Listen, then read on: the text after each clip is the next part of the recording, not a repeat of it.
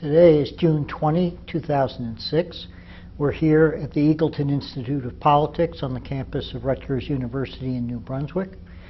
This is another in the series of video interviews for the Brendan T. Byrne Archive as part of the Rutgers program on the governor. Today is the second session of our interview with former State Senator Frank McDermott. Senator, let's recap from your first session. You were living in Mercer County, then moved to Union County. Talk about the circumstances of that move.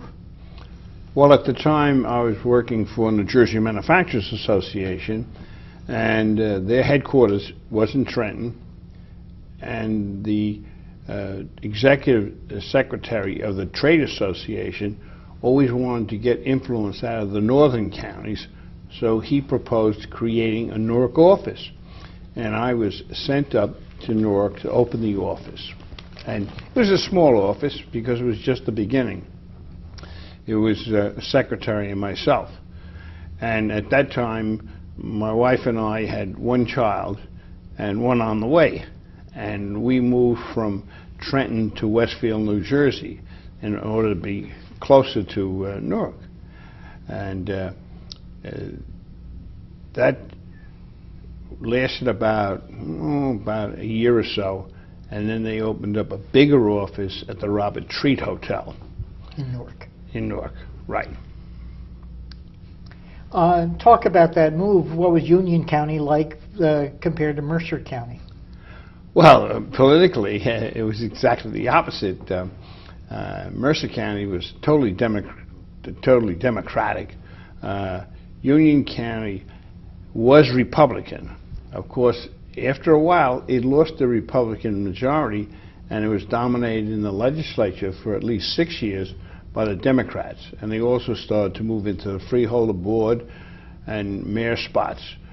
But when I first moved up there, and for many years beforehand, your big cities like Elizabeth and Linden were all democratically controlled. Plainfield, surprisingly enough, on the other end of the county, was Republican controlled. And then in between, you had a mixture of Democrat and Republican hierarchies there. But it was what we called a swing county at that time. You never knew, from election to election, which way the majority would go. Sometimes it'd be Republican, most of the time they were, but then other times they were strongly Democratic. Now it's a Democratic county. Who were the key political players when you first moved up to Union, both in elected and behind-the-scenes roles? Well, on the Republican side, Nelson Stamler, who made quite a name for himself and a reputation as an assistant prosecutor up in Bergen County, he was elected to the Assembly, and he was our sole Republican assemblyman. Otherwise, we had Democrats there. And let's see, Flo Dwyer was a very important person in the Republican Party and throughout the county. She had been an assemblywoman, and when the opportunity came to run for Congress, she did. In fact, the curious thing is that Pete Williams was the incumbent Democratic councilman at that time, and he had beaten a Republican of long stature who had been in the Assembly. However, he wasn't a very good candidate because while he was running for public office, he was collecting temporary disability benefits for mental illness. And he lost to Pete Williams, and Flo Dwyer, the next time around, she said, if I'm ever going to go to Congress, I'm going now, because when you only have one term in Congress, you're not very well known by the people. And she was better known than Pete Williams. So she ran against him for Congress and licked him. But we always say she threw Pete into the Senate chair because it so happened that Pete was practicing law in Elizabeth, but he was still interested in politics. And he was asked by the Democratic Party if he would run for senator against Tom Kaine's father. Tom Kaine's father was a congressman of 26 years duration, and he was really a big shot in Congress. well known, well liked. And he ran, and they couldn't get anybody to run against him. So they said to Pete, "Pete, you're not doing anything now. Why don't you run?" Well, Pete said, "Okay, I'll run." And he didn't have much money, or he didn't have much to offer, but he had a nice, youthful appearance, and he also had a lovely baritone voice, and that really made the big difference. And he ran against Tom Kane's father, who was dressed like the way you expect a congressman of the last century to dress. He had morning coats and the proper pants to match him, and a vest, a very prominent-looking person. And Pete was just an ordinary guy, but he attracted the vote. He won, and he stayed in Congress for years until he was caught up in that scandal, the Abscan scandal, and that ruined his political career. Mm-hmm. But those were the people who dominated politics on both sides of the aisle. So thinking back, I guess New Jersey history would have been changed significantly if Tom Kane's father remained in Washington, the Congress. Even to this day, it may have skewed the way New Jersey politics has played out over the years. There was no question about that, because Tom's father, I believe his name was Robert Kane, was a man of considerable support. You looked at him and you knew he was a perfect public official type, and people liked that at that time. The only thing, as I said, they had him looking like the old team, and here was a nice, young, vibrant Democrat, and so they gave him the chance. So in a way, that election was perhaps a symbol of the old Republican Party losing currency with the more modern, contemporary voter of the time. That's true. Also, at that time, the northern part of New Jersey was being populated by New Yorkers who were leaving New York City proper to buy homes for their families. This was after World War II, and New Jersey had land to offer. They had housing projects. It was a place for a young family to move with children.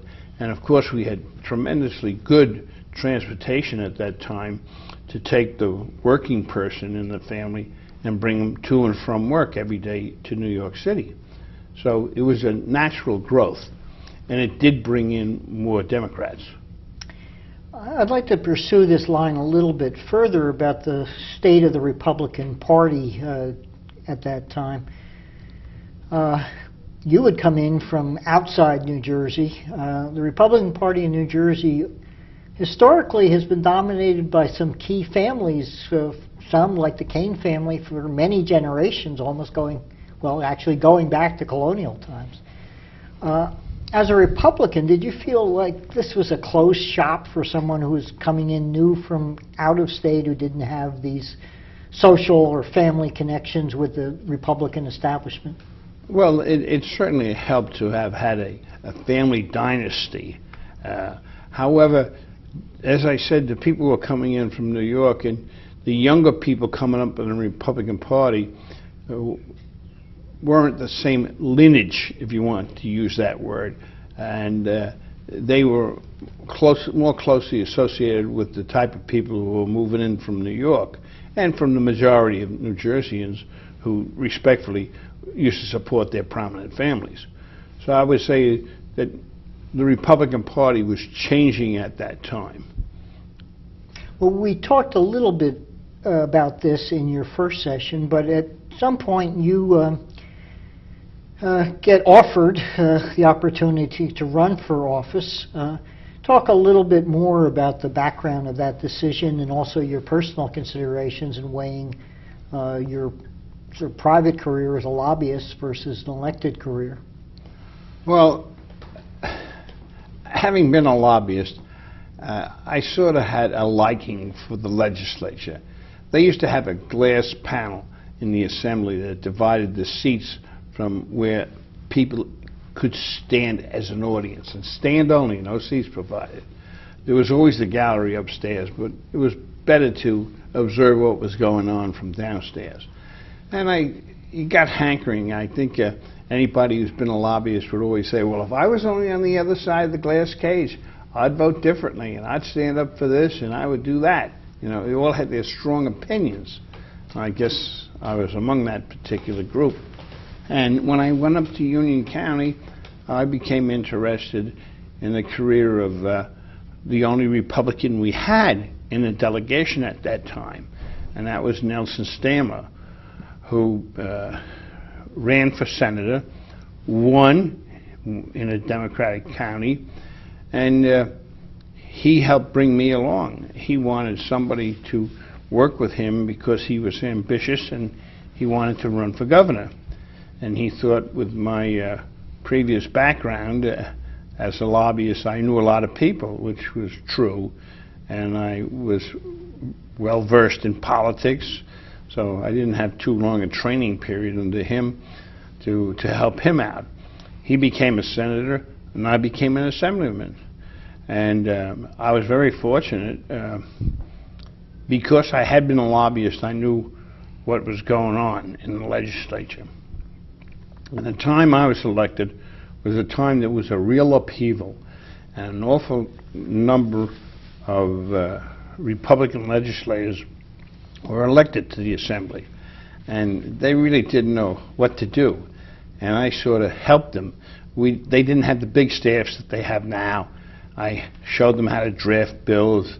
I told them what to expect, and so they put me into leadership. I was elected the Assistant Majority Leader as a freshman, and I was on my way to becoming Majority Leader when the Democrats took over. So I went back to become the Minority Leader in the Assembly, and then 2 years later, when I went over to the Senate, I became the Majority Leader in the Senate as an absolute freshman and President of the Senate in my second year in the Senate. Now, you were first elected in 1963, I believe. Correct. And just to set the context, that's the year of John Kennedy's assassination. What other sort of issues were affecting New Jersey at that time in your early years in the legislature? Well, they always had the question of taxes, broad-based taxes. We had a very limited tax structure at that time. We had the estate tax. We had a tax on the races. And they used to say, well, if you don't die or play the ponies, you don't pay taxes in New Jersey. And it's true. We didn't have the sales tax, the income tax. We had an estate tax, and we had this other racing tax. And there was always the desire, particularly among the governors, to have a broad-based tax. That they thought they could do so much more for education. They could do so much more for every aspect of state government. The only trouble is they never really pinpointed how they would spend the money. They used to pass the tax, and then after that, it was all cut up. And special interest groups wanted this money, and another interest group wanted other money. So it didn't always go for the purpose that we thought it was going to go to. What was your role in the legislature as governors proposed taxes, and do you recall any meetings with governors or communications on particular tax plans or ideas? Well, when I was in leadership, Governor Hughes, I have to give him credit for this, he used to meet with the legislative leaders of both parties, the Democrats and the Republicans, every Monday before the session. And he would talk to them about what they were going to do, and he would also mention what he wanted to do. And he was the kind of fellow that if he wanted a particular program, he didn't object to having Republicans sponsor it because he figured, hey, they're the majority. He's in leadership. If he sponsors it, he ought to be able to get my bill through. So he did a lot of compromising and negotiating. He was pretty good at that. And I would say that Hughes was probably the one governor that I served under who was really close to the legislators. Mm-hmm. But he wasn't able to get his tax plan through. Give us your memories of those days. Well, all I remember is that, generally speaking, taxes were abhorred by the legislators. And that was because New Jersey wasn't really ready for a broad-based tax structure. The people in New Jersey, they paid their local taxes, which weren't very high at that time compared to the level of real estate property taxes now. We didn't have an awful lot. We didn't have a big college system. We had Rutgers, and we had teachers' colleges. Eventually, probably 20 years later, the teacher colleges became universities such as Kane, Rowan, etc. But we didn't spend that much on higher education. And we had a good highway system. We funded that with the gasoline tax and federal taxes. So we weren't pressed as transportation is now, when we're into subsidizing railroads and in all forms of transportation. So it was a different kind of state. It was more provincial, smaller in size. When I say size, you don't grow more land, but it was smaller, speaking relative to New York State and Pennsylvania and Ohio. And I think we've come up, we're certainly recognized as a factor on the Eastern Seaboard with all of our commerce. And not only that, our businesses, our banking, and our other associated businesses, not manufacturing, we've come down in manufacturing. They have made a mark for themselves. Within Union County, like other northern New Jersey counties, you also had this pull between the cities, which were fiscally struggling and also had problems with particularly with school finance and their property tax rates, and the more affluent suburbs. How did you, as a legislator representing both the urban and suburban areas, sort of strike the political balance? Did you see it as, well, most of my cities, although you mentioned that Plainfield could be Republican, are Democratic and I'm Republican, so I'm representing the suburbs, or was it a more complicated decision? At that time, we didn't have legislative districts. We ran at large. We had 5 assemblymen who ran at large throughout the county with 1 senator, not legislative districts. So the big cities like Elizabeth and Linden were wholly Democratic. Plainfield wasn't at the time. They were Republican. And the smaller towns in between, you could always count on them to vote Republican majority. So what would happen is that we were more or less dominated by Republican thinking at that time. And the cities, they got money. They didn't get all they wanted because we didn't believe in state aid to the level that it is today. Today it dominates the budget, but then it didn't dominate the budget. The budget was concerned more with state matters than about local matters. And it was sort of the locality existed on its own ability to raise taxes, which were the property tax. That's why it's so high today. It was one form of taxation that the cities used before they got a share of the sales tax, which was passed much later. So. Within the Republican caucus in those days, let's say during the Hughes administration, were there any minority voices within the caucus saying, well, we really do have to act on this sort of tax problem? We had some people who would say, we think you should look at that, but they didn't press it because it would have been anathema with the other legislators. And if they wanted to hold legislative office within the Republican Party, they better not go contrary to the wishes of the majority. And the majority at that time was not for broad-based tax, nowhere at all. I believe you had mentioned in your first session that one of the ways that you had sort of achieved leadership status so early was that you had knowledge of the system and knowledge of the mechanics of the legislature.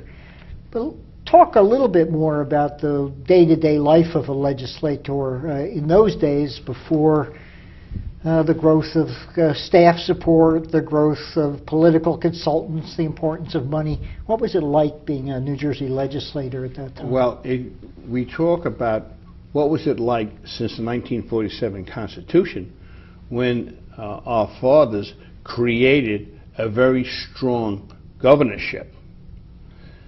That changed the attitude of the legislature, because the governor was all powerful. He made all the appointments. He could persuade the public one way or the other.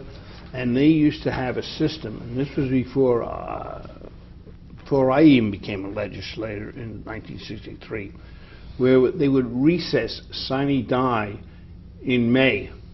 And the budget for the following year wasn't on July 1st. It was done in May. And then they would go home. And what happened is that when Hughes became governor and we had a Republican legislature, they did not recess sine die, because then that would have given the power to Governor Hughes to make interim appointments. And he would be making the appointments. There was no question about that. So the Republicans didn't want that to happen. So they made the legislative session all year round. And that limited the governor's powers of appointments. But that was a necessary thing to do, because when they would recess sine die, they probably only had 15 to 20 sessions that whole term. And then it would leave the activity of the state without a rudder for 6-7 months at a time. The only way they could do anything would be for the governor to call a special session, which he had power to do under the Constitution. And once the legislature's out of session, he would then call them in. But then he would have to say it was for a specific purpose. And then the special session was limited to that special item. And in one time they had 2 special sessions, because they had 2 items that the governor wanted to pursue. By the way, that was a Republican governor and a Republican legislature, so he didn't have trouble getting them back. The problem would have been different if there was a mixture of the parties there. Mm-hmm. Let's continue with your legislative career. After the Hughes administration, where are we at this point in terms of the year? The Hughes administration, well, I was over in the Senate in Governor Hughes' second term. And that's when Governor Hughes, the year previous when I was in the Assembly, pushed for striker benefits for unemployment compensation. I don't know if you were around at that time. That was a lot of years ago. That was 1967. And Governor Hughes wanted to pay strikers, after they were out on strike for 4 weeks, unemployment comp. Well, that, of course, would have narrowed the field of competitiveness between labor and management. And people didn't want that bill. We used it as a call, you know. And I said to the governor, because I've been in labor relations all my professional career, I said, "Why are you doing this, Dick? You know, you're causing a real problem." And he'd say, "Well, you know, we always promised the unions that." And I said, "Well, that was when you weren't in a position to deliver. So you could promise anything." And that's what they did. They promised it. And he said, "But I want my party to live up to what they promised." So I moved it. Well, he moved it, but it was disastrous to the Democrats. They lost the legislature the following year.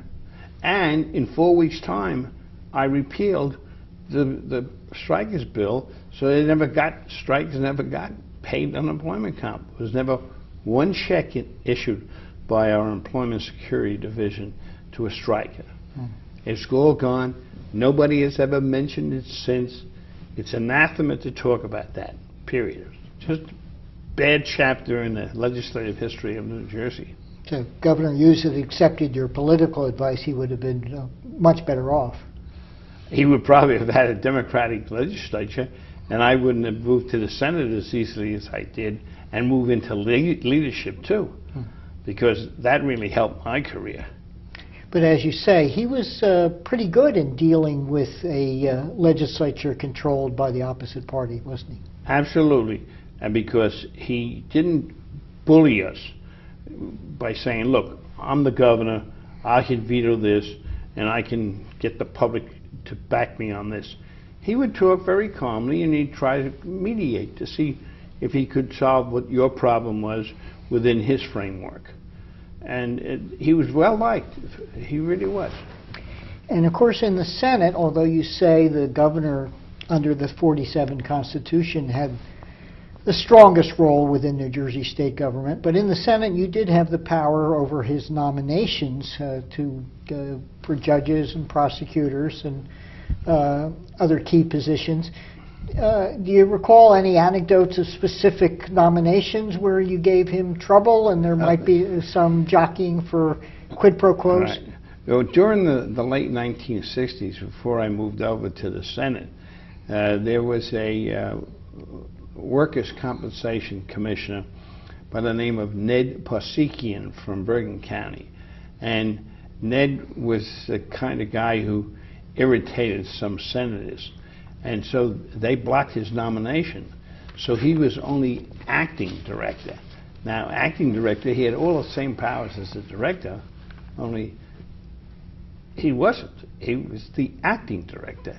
And that meant something to some of these politicians. And so they used to block his nomination every year. But the governor used to send it back in because he'd keep him as acting. And the Republicans in the Senate would oppose it, and they were happy because he wasn't permanently appointed. But he got the same salary, had the same power. He was, in essence, and in fact, director of workers' comp. That hasn't been the case anymore. Now, at least at the time I was a senator, we sort of had an understanding with the governor that the governor ought to clear his nominations with people of his own party, mind you. Let those senators know, and then try it out on the majority party who was in power at the time. And then the nominations would go through very smoothly, as they have. You've held a variety of leadership positions. Take some time to describe the responsibilities and functions of each leadership position you've held in the Assembly and the Senate. Right. In leadership at the time in the Assembly, there's only 60 assemblymen. Now there are 80. So we only had 3 leadership positions. We had maybe 4, but one was in title only, that's Speaker Pro Tem. And you have this actual Speaker, you have the Majority Leader, and you have the Assistant Majority Leader. Then on the side of the party that was out of power, you had the Minority Leader and the Assistant Minority Leader. Well, I only was in the majority when I was in the Assembly leadership, except for the 2 years that I was in the minority. And what you would do as Majority Leader, you would carry out your legislative program as arrived at by the majority in the legislature. And you would make that a must. And when the bills came up, you had to round up the votes. And they had a system then that they don't have now. And that system then was a coercive one. That if you didn't support the majority and you were in the majority, you didn't get any of your bills passed. That was the punishment for not cooperating. And then if you were in a minority, you were lucky if they even gave any consideration to the minority bills. They had committees, but they were not functioning committees. We had no staff, and after you'd have a caucus meeting, all this was decided in party caucus. And after the party caucus, the majority leader would have the responsibility of getting the committee members to sign out the bill. And you just hand it to them and say, here, sign it. And without discussion, they would sign it, because those are the rules. They all live by them. That's not the system today. Today you have staff. Today you have working committees. I don't know if it's any better. We used to think it was pretty efficient to have it the other way around, whereby you could just get a majority of the committee members and sign the bill, boom. We'd have to fight out on the floor, not in the committee. Of course, some of those reforms originated here at the Eagleton Institute in terms of professionalizing, in quotes, the legislature and increasing the staff resources. But I guess in retrospect, you have some mixed feelings about whether those were really improvements. Well, yes. Having come up out of the past, it's hard to forget it. I know Ray Bateman and Lou Thurston worked with the people up here a lot, and they relied upon them, and they relied upon their judgment too. And Ray Bateman was a promoter for change, and Ray was probably the architect of what has evolved into the present committee system. Mm-hmm. Now, another role you filled as Senate President was to serve as acting governor when Governor Hughes was out of the state. Right. Talk about that. Did you encourage him to travel? Well, when I was president of the Senate, I had a conference with the governor then about what my duties would be, and he likened what I would do to what Charlie Sandman would have done, because Charlie Sandman was always a perennial candidate for governor, and he told me that he used to pat the governor's car and say, "Take good care of it, Governor, because I'm using it next year." And I think that was said in jest, but I'm not too sure it was all in jest. There may have been some truth to that. And Charlie used to use the governor's office whenever the governor was out, but he didn't do anything contrary to the governor's wishes. He would say to the governor, "Governor, what bills do you want me to sign and what don't you want me to sign?" And he would adhere to that. Governor Hughes and I didn't quite have that same kind of relationship. All he ever left me was an empty drawer with a roll of lifesavers in it. And I asked him one day, why the lifesavers? Was my breath so bad? And he said, no. He said, I got so many left over from Charlie. Charlie used to use my desk, and every time he used my desk, he left a roll of lifesavers. So now I'm giving them back to the Republicans through you. and that was the kind of relationship we had. I forget, though, what happened one time. He wanted to go on vacation, and it came to my attention that he decided not to go on vacation. And the Governor Hughes had a big family, and he was a real family man. So I said to him, "Governor, why did you go away?" He said, "Because of you." I said, "Why me?" He said, "Well, my people advised me that if we let you in position of governor for a couple of weeks, you would do a lot of things." I said, "Like what?" "Well, I don't know, but I agree with them. You would do a lot of things." So I never got to hold the acting governorship for more than a couple of days at a time. I think I put in maybe 10 or 15 days, but I could have probably put in more if the Democrats had a different opinion of what I would do. Did you ask him occasionally if you could sign a bill while he was away? Oh, in fact, the funny thing is, I signed some turnpike bond issues, and subsequently, 15 years later, I was the chairman of the turnpike, and I saw my signature on the bonds. No, he would leave some work for me to do. Mm-hmm. Now we have a constitutional change that's going to reform, in quotes, the system of the Senate President serving as acting governor.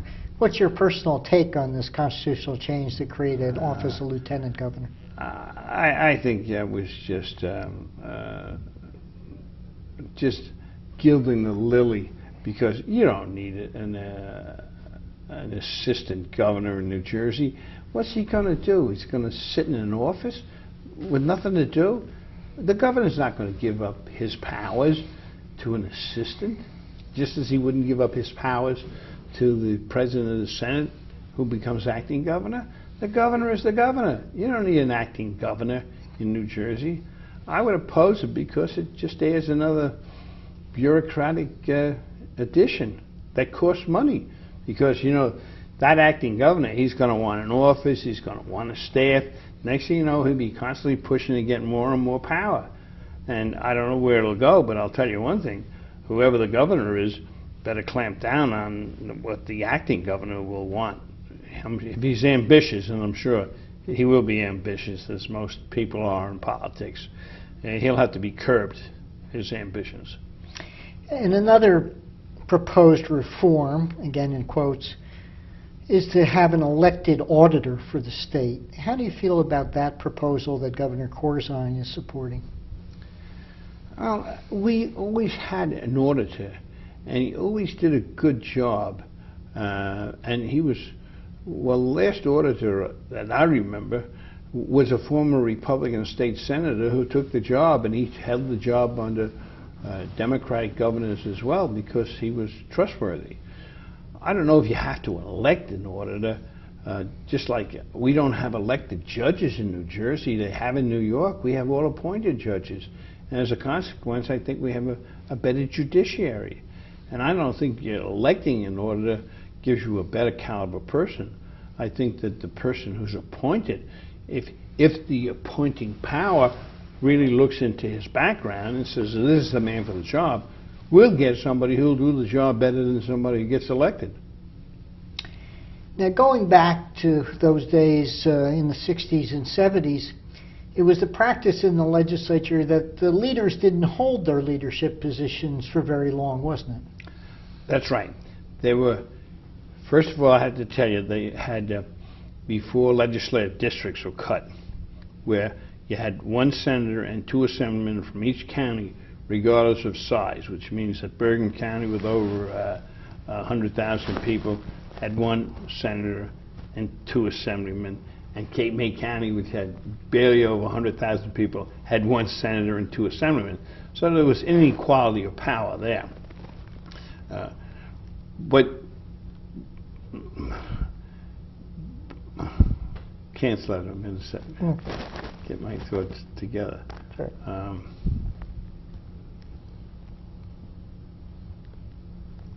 What was your question again? You're talking about the leadership. Oh, yeah. Okay. All right. Okay, you can take your... We'll cut it. Yeah. Now, with the leadership being 1 year, that had always been the case. But it used to be divided, that you'd have big county, small county, big county, small county in the legislature. So when I was in the assembly, if the Republicans were in power, we'd have the assemblyman, the speaker, the majority leader, and the assistant majority leader, three. And they held the spot for 1 year, and at the end of the year, they basically moved up unless the fellow assemblyman said, no, we don't want that person. He didn't prove himself in the previous one. But it was pretty much automatic.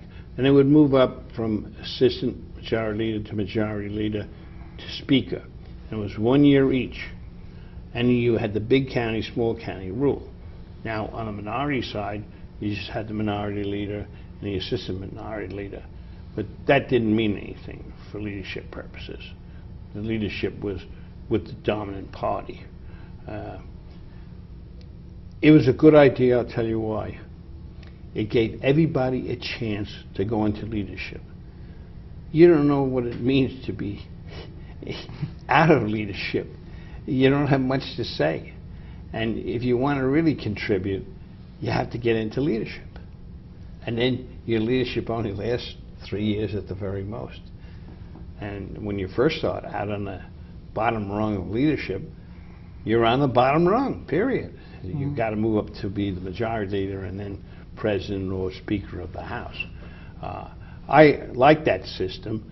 I thought it was fairer than the permanent system where somebody could be a speaker or a president of the Senate for 10 years. You don't give anybody else a chance to get leadership. You don't get a variety of views. And I like the big county, small county routine, which you couldn't have today because we have legislative districts that cover 2 counties or cover only a portion of a county. That wouldn't work. I guess one criticism of this rotation system might be that you would have people get into leadership roles who, frankly, were leaders in title, but maybe not in fact. They didn't have the respect or feeling from the rank and file that they really were effective in the job. Is that true or not? Yes, it was true. And it was recognized by the assemblymen and the senators. So if they had a weak sister in one spot, they'd back him up with a strong leader. And they'd all say, well, it's only a year. We got so-and-so there to prevent any problems. And it was true. That's the way it worked. What were the sort of major issues other than taxes that you remember at the time? I believe in 1964, early in your legislative career, the Democrats met in Atlantic City, for example. I actually attended that last session of the Democratic National Convention. And Atlantic City was in very poor shape. Was that an issue, or was that somewhat later as the Byrne administration took office? But was it festering in the 60s? No, that wasn't. One of the big issues that I faced in the 60s was the creation of another airport in New Jersey. They were talking about turning Solberg Airport into a fourth airport of major significance. The people in Somerset County successfully defeated that. They didn't want planes flying over their head. And that's why we have Newark Airport so huge and so well trafficked, because we don't have a comparable airport. That was a big issue, a real big issue. And it's long since been forgotten, believe me. And I think another location they discussed was in the Pinelands also. Yes, but the Pinelands wasn't truly a good spot because it was too far away. And there was no connection to take people to Newark or New York City, where Solberg was near Route 22, which you could use to travel in that direction. Solberg was pretty good. They even talked about going up into New York State and putting in that airport that West Point has up there. Talked about using that. And that could have been well used because it was equipped for military airplanes, and it could have been turned into a landing strip for commercial planes. What about environmental issues? In your district, you have some significant industrial plants, refineries, and New Jersey at this time was changing from the heavy industry that you mentioned to somewhat lighter, but there was a difficult transition, and people were beginning to talk about the impact on the environment. That's just the beginning, really. It wasn't seriously considered, and the reason it wasn't seriously considered is because manufacturing was the #1 employer in the state. Otherwise, we'd be an agricultural state. The manufacturing was the key to our wealth. And manufacturers, the businessmen, had their way quite a bit that was dominant in the legislature.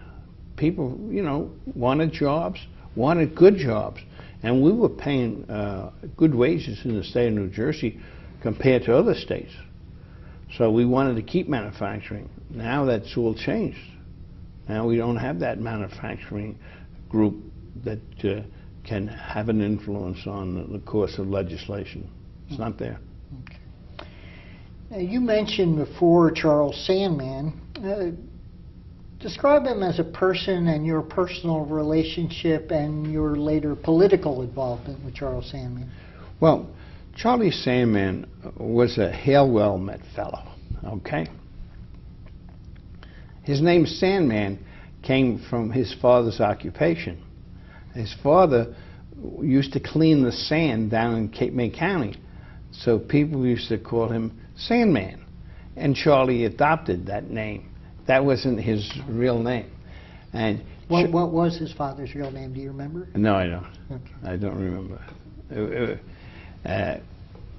Charlie was always well accepted by everybody because he didn't hurt anybody. He would always help you. And that's the way he portrayed himself. And he was always a jolly guy. You know, he could be accepted as one of the boys, okay? Now, the reason I helped Charlie is because I liked him personally. You first met him when he was in what position? I first met him when he was president of the Senate.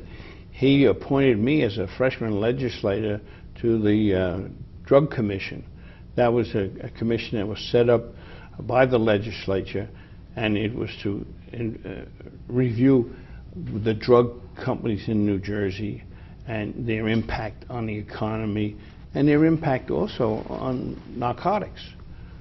Drug Study Commission was called. Charlie put me on that. That was way back around 64, 65. And I liked him personally, and he asked me one day to be his campaign manager. So I said yes. I think the other senators at the time didn't want it because Cahill was the incumbent governor when I ran as campaign manager for Charlie. Charlie was trying to get Cahill out, and Cahill as governor was in a strong place. He could appoint judges, he could do various things. And so I was probably the only senator who didn't have anybody that I wanted to have appointed. So I worked for Charlie, and I believed in what he said. He was a conservative guy. I'm not overly conservative. I've been accused about that, but not overly conservative. But you were taking a big political risk to your career by backing Sandman against an incumbent Republican governor. There must be more to the story. Well, there is more to the story about it. I took a big risk because when Charlie defeated Cahill, and Cahill was no longer running for governor, Sandman really got pillared in the newspapers. The newspapers were all for Brendan Byrne, and they made Charlie out to be a conservative that nobody could live with. He, go back to the Ice Age, or the caveman, or something like that. And I lost my first election as a result of Charlie being top on the ballot, and I was under him. He got wiped out, and I joined him. But again, I want to press you on this decision to back him in the primary. Was it a question that you felt as a conservative he was closer to your political or ideological views than Governor Cahill, or was it personal because you felt gratitude for the advancement in the legislature that he'd helped you with, or was it different? Well, I would say it was a mix of both. I liked him personally. I liked his conservative point of view, not entirely, okay? And Cahill and I weren't, of course, the best of buddies. What was the genesis of that sort of break between you and Governor Cahill? Well, he ran in the primary and I ran in the primary. There were 5 of us, okay? And that carried over his competitiveness to run for office against 4 adversaries. Did color his thinking a bit about his 4 adversaries. Mm-hmm. So he held grudges? Well, not against Harry Sears. Harry Sears and he got along fine. But I'd say it wasn't grudges as much as he had a long memory. Mm-hmm. How did he take that out against you? Well, for one thing, I was for the sports arena, and I had put a bill in before anybody else. But then he got Fairleigh Dickinson to sponsor the administration bill. And so that was the bill that went through. And I was left holding the bag, as they would say. Mm-hmm. Talk more about that primary. Was it a bitter primary, or what were your thoughts and memories of it?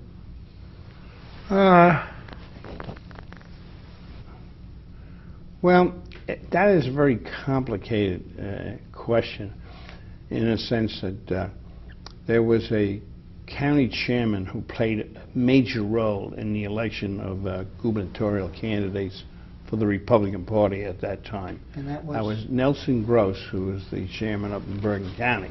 He could deliver people, and he did. Unfortunately, he's no longer with us. Nellie Gross backed Cahill, and everybody else was just left cold, because that was really the important county to get. And after Nellie Gross went, then other counties went with Cahill. And so it was Nellie Gross's support of Cahill that made Cahill the candidate in the primary. And that would have been the election year of 1960? 69. Yeah. There were 5 candidates. Okay.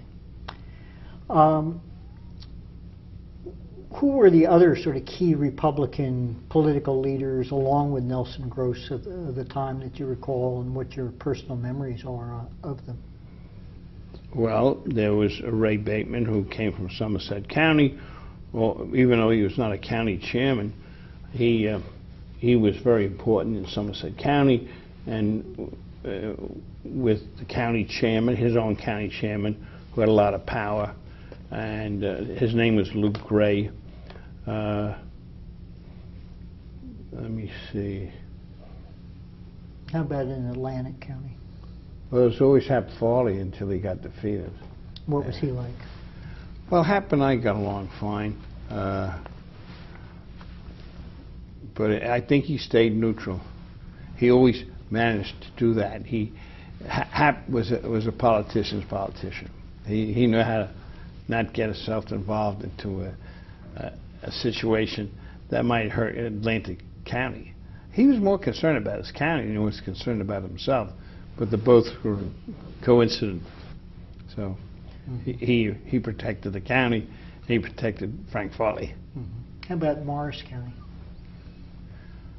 Morris County was always a big Republican county. They had Harry Sears running in that primary, and Harry was very beloved by the people of Morris County, and so Harry got their total support, much more than did Cahill. Harry came in third. It was Cahill, Sandman, Harry Sears, myself, and then Ozett. That was the order in which we came in. And how about Monmouth County at that time? Monmouth County at that time, they had a county chairman. He didn't get really involved into that. Their senators were very cautious about getting involved. I think they were, though, for Cahill. The county came out in support of Cahill. And would Al Beetleson been one of the senators? Yes, and Dick Stout. And what were they like, both in the Senate and in the campaigns? Well, Dick Stout was a very pleasant guy, very nice guy. He was of the attitude, live and let live. Al Beetleson was a fellow who was very dedicated to good government, and he didn't mind telling you that. And Al had always stood up for what he believed in, and he didn't mind expressing it too. So he was a bit more of a combatant than Stout was. Stout was just an easygoing guy. And Beetleson, he did have some following among people that knew him, and even in the legislature. But he wouldn't get involved. That wasn't his cup of tea. Well, now let's jump back again to the 73 campaign. Congressman Sandman defeats incumbent Governor Cahill for the Republican nomination. And suddenly you're in the position of running a general election campaign, possibly being surprised at being in this position at this point. Were you? Yes, I was, because I was running for re-election and I was supporting Charlie Sandman, and Charlie Sandman was the underdog in that race, even though Brendan Byrne had never held public office besides being a judge, which is not considered a political public office. And I was paying more attention to Charlie's campaign than I was to my own, because I figured if Charlie won, I'd win. Even if you lost your seat in the legislature? Yes. But was it clear from the beginning that you would run the general, or were there other candidates for the post as running the campaign? Are you talking about in Sandman's campaign? Right. No, Charlie had me as his campaign manager in a primary, and he had me as his campaign manager in a general, but he hired somebody, so I became the campaign manager in name only. This other person who was a professional, and I can't remember his name right now, he came from another state, and he managed Charlie's campaign. And that was sort of the beginning of professional campaigns with consultants coming in and That's right. working for hire. And yeah, which is strange. I still don't understand how we can expect somebody who comes from another state to be able to handle a campaign when you got people here in the state who know it's been going on for years and who should be articulate and should be in a position to run a good campaign. I don't understand why they favor the out-of-staters, but they do. Well, the political problem you face, which has been faced by Republican campaigns in New Jersey for quite a bit, is that a conservative candidate wins the primary, but now he has to run in a general election with a much different voter base to swing to his side. What were your strategic considerations as you begin the general election campaign in trying to perhaps moderate Congressman Sandman's positions? Yes. I always tried to put a business-like attitude on my campaigns and what I would stand for in government, you know. I wasn't an ultra-conservative, but that didn't mean that people didn't consider me that way. But certainly, if I was going to be in the general election, I'd run a different kind of campaign. Because you can't win as a pure conservative in the state of New Jersey in a general election. You will win in a primary, but that's sort of futile. Win in a primary, you win nothing. You either got to win the primary or don't run. Don't spend your money. Well, when you sat down with Congressman Sandman that night or day after the primary election, what did you tell him?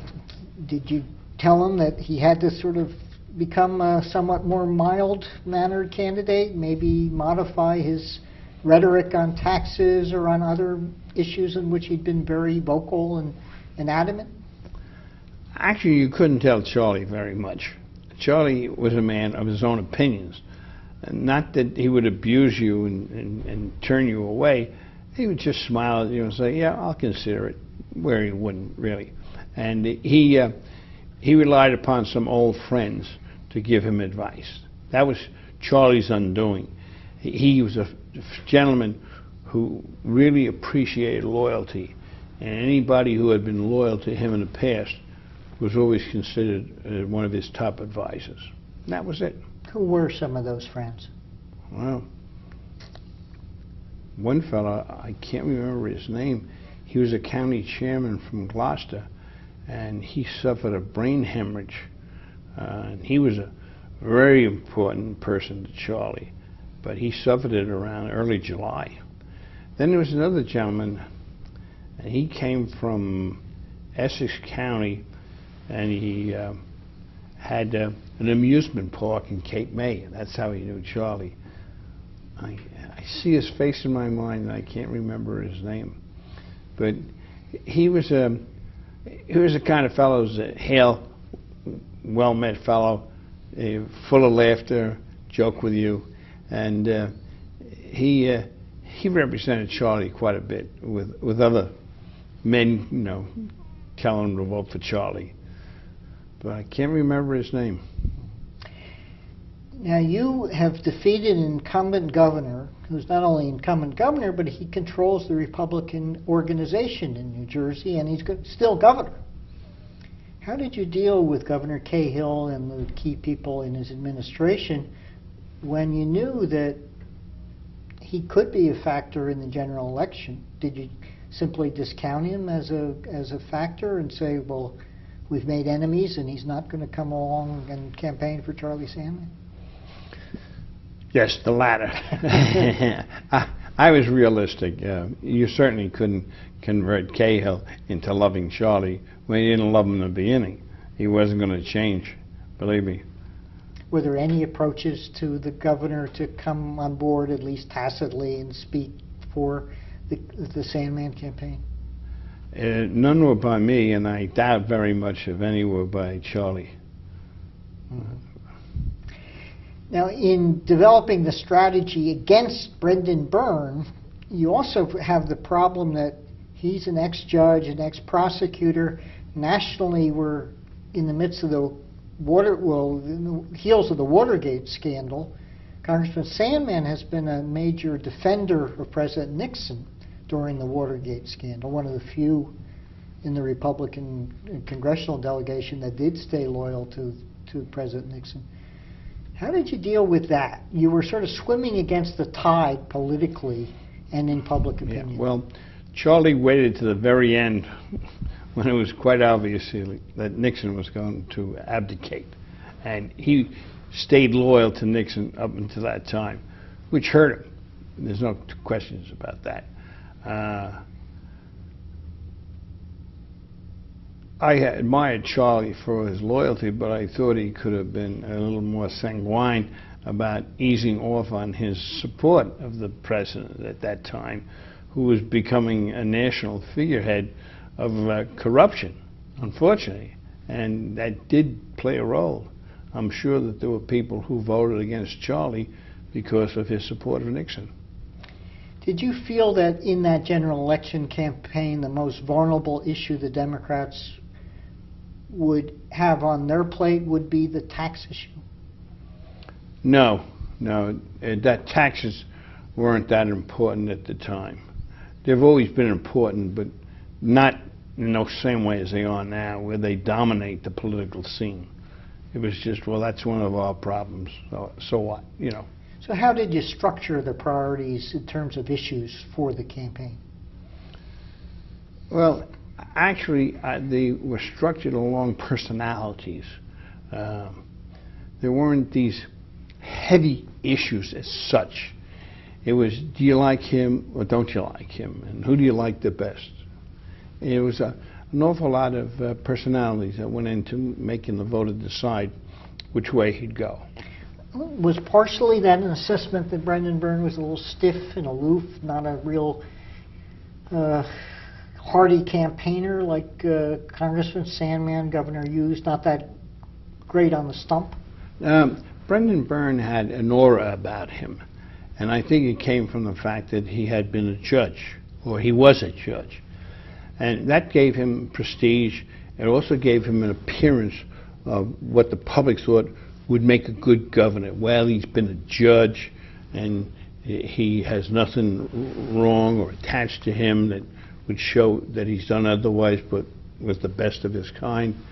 He went in with a holy grail, believe me, and that was hard to beat. Also, there was a noted mobster by the name of Sam D. Cavalcanti at that time, and he had an operation in Kenilworth that was bugged by the FBI, and somebody got hold of the conversations that were taped and published them, and that made him look like a white knight on a shiny horse, and he just romped in. He got tremendous benefits from that Samuel D. Cavalcanti investigation. Was there any hope you had of defeating Brendan Byrne during that general election campaign? Was there any light that you saw? Well, I was always an optimistic kind of guy, but I also had to be realistic too.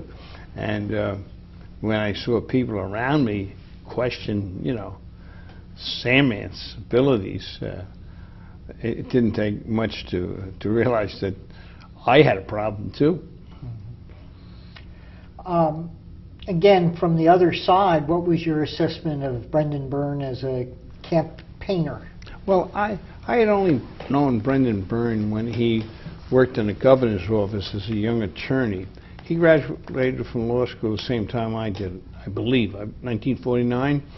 And young lawyers used to go to work for the governor's office. And he comes from a fairly important Democratic family in Essex County. So he worked for Governor Hughes as his counsel. And I had seen him in the hallways. I may have had a very slight speaking relationship with him, but I didn't really know Brendan Byrne as such. I got to know him afterwards. In fact, I came back and worked in the Assembly for 2 years after I lost the Senate spot the first time, and that's when I got to know him. Well, we'll get to that in a couple of minutes. Yeah. But in that campaign, your adversaries on the other side included Richard Leone, who's most recently been brought back into power through the Corzine administration.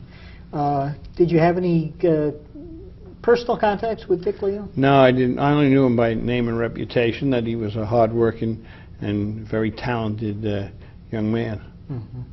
Any other Democrats that you had either good personal relationships or knew better than others? Well, I can't really say that.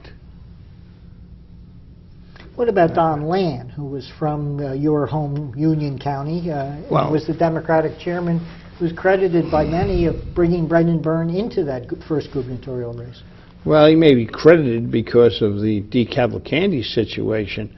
DeCavalcanti had this office in Kenilworth, which is one of the 21 municipalities in Union County, and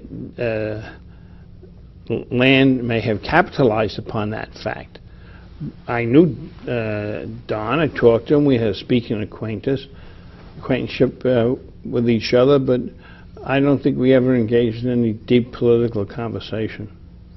But what was his reputation in the county, and how did he come to power within the county Democratic structure? Well, I think he came from outside. I believe he had a business in Springfield, New Jersey, and he got the support of some prominent people in the Democratic Party, and they vaulted him into the chairmanship. But he really wasn't well known in Democratic circles at the time. Who were the other sort of key people who were aggressively backing Congressman Sandmann's campaign? And were they mostly from the right wing of the party? Yeah, there was former president of St. Barnabas Hospital, and one of his close friends. They backed Sandmann a lot. Tony Scala was his name, and Tony believed very much in Sandmann. You know, he was a conservative businessman. And given your background, including your early career with the New Jersey Manufacturers Association, did you find the business community somewhat standoffish when you approached them about helping the Sandmann campaign? Yes, they weren't opening up their wallets to support Charlie. I think secretly they were for Charlie, but publicly they didn't think he stood much of a chance, and they don't like to be wrong publicly, so they wouldn't say anything. I don't remember Brendan Byrne ever getting a businessman for Byrne as such.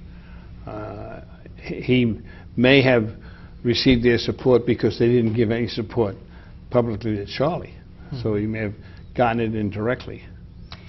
And what about the more moderate Republicans, sort of the Cahill people, but also the Ray Batemans, the Tom Kaines, the middle of the party? Any of them helpful? They weren't helpful to Sandmann. They were more aligned with Cahill. So they essentially sat on their hands through the campaign? Well, I don't know if they sat on their hands as such,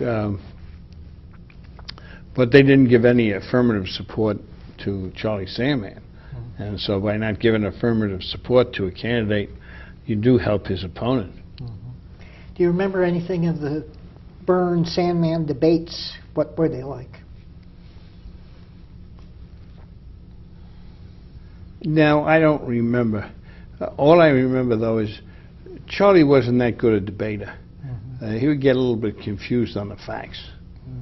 And he would come across with his personality, but he wouldn't come across as any intellectual genius. Was there a specific point where you say this is not a winnable campaign? No, I'm an optimist. I hope to the very end. But your internal private polls were telling you it wouldn't happen, or didn't you do polling at that time? Polling as such wasn't relied upon that much at that particular time. I think it was probably in the late 60s, early 70s, that polling for any elective office in New Jersey reached the prominence it has today.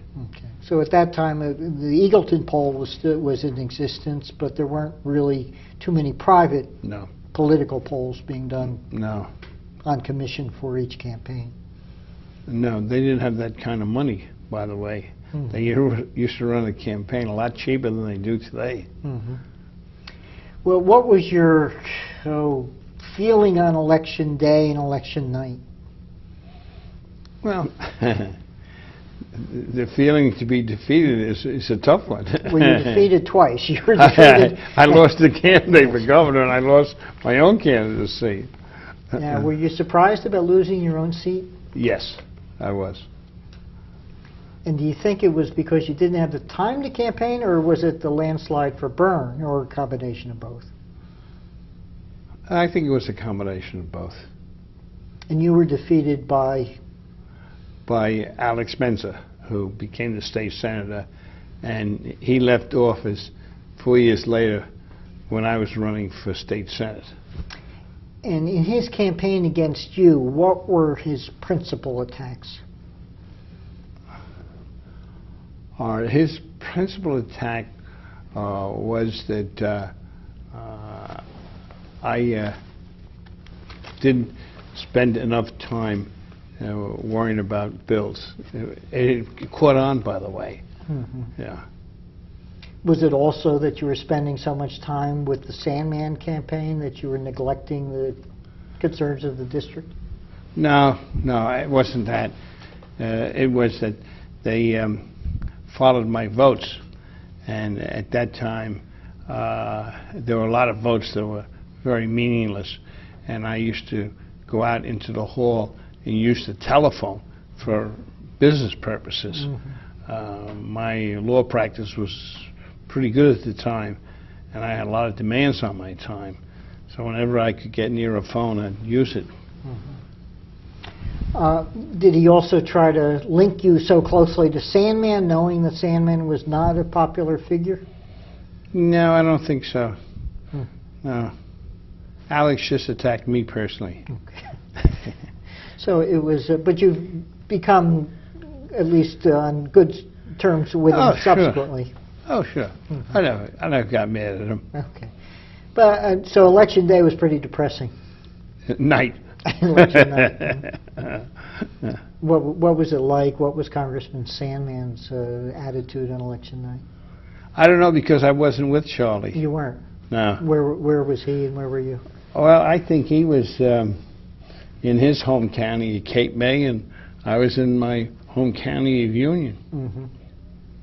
He may have been in Trenton, though. I don't know. He used to like to go to Trenton because it gave him a wider audience to discuss things with. Do you remember your first sort of conversation with him that night or the next day? No. No. You don't remember him expressing sorrow at your defeat also, or? No, it wasn't that. I think it was just parted, period. And you felt that this was an episode in your life that you'd rather leave behind that day, that night. Right. It gave me more time to practice law. Okay. Well, let's move on and talk a little bit about it. You're defeated for re-election.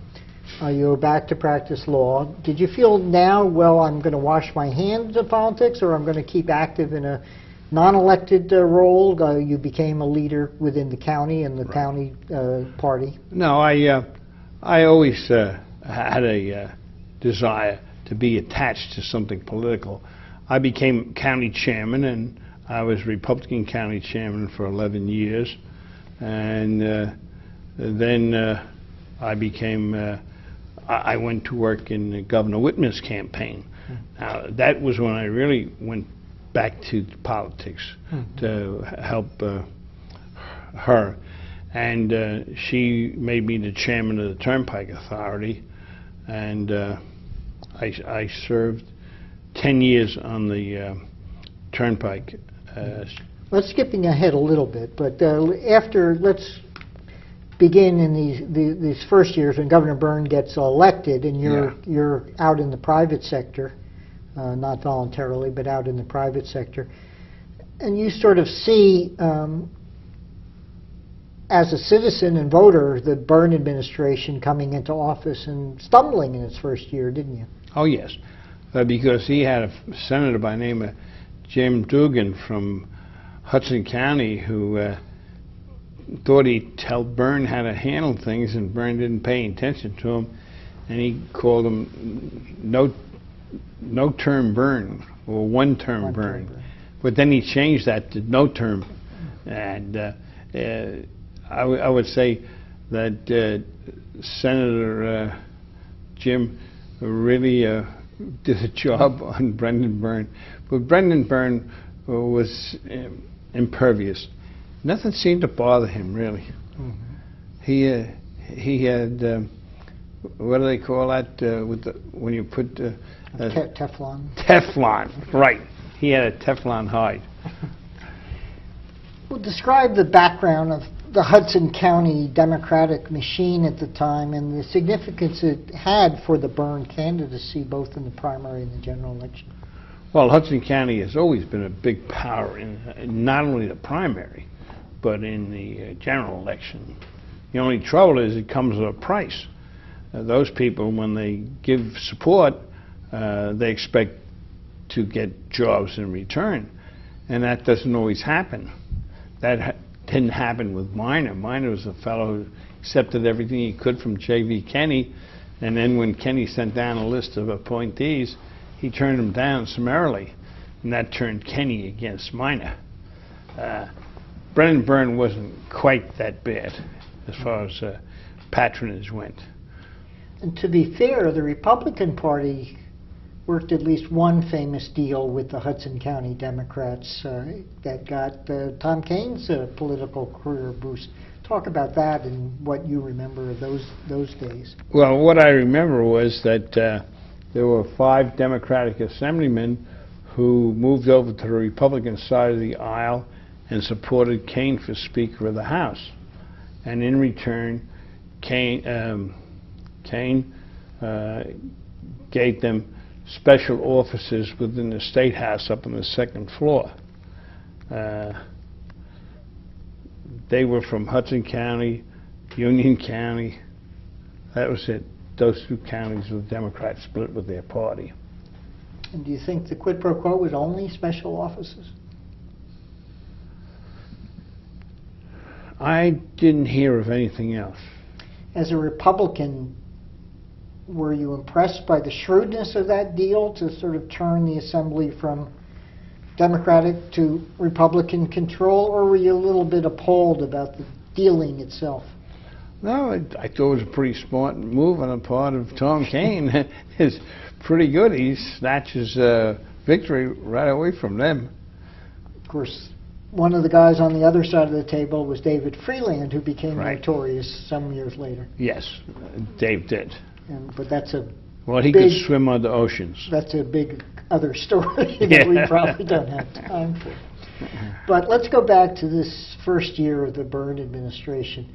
The governor had run in the campaign, quoted famously as saying he did not see the need for an income tax in the, quote, foreseeable future, close quote.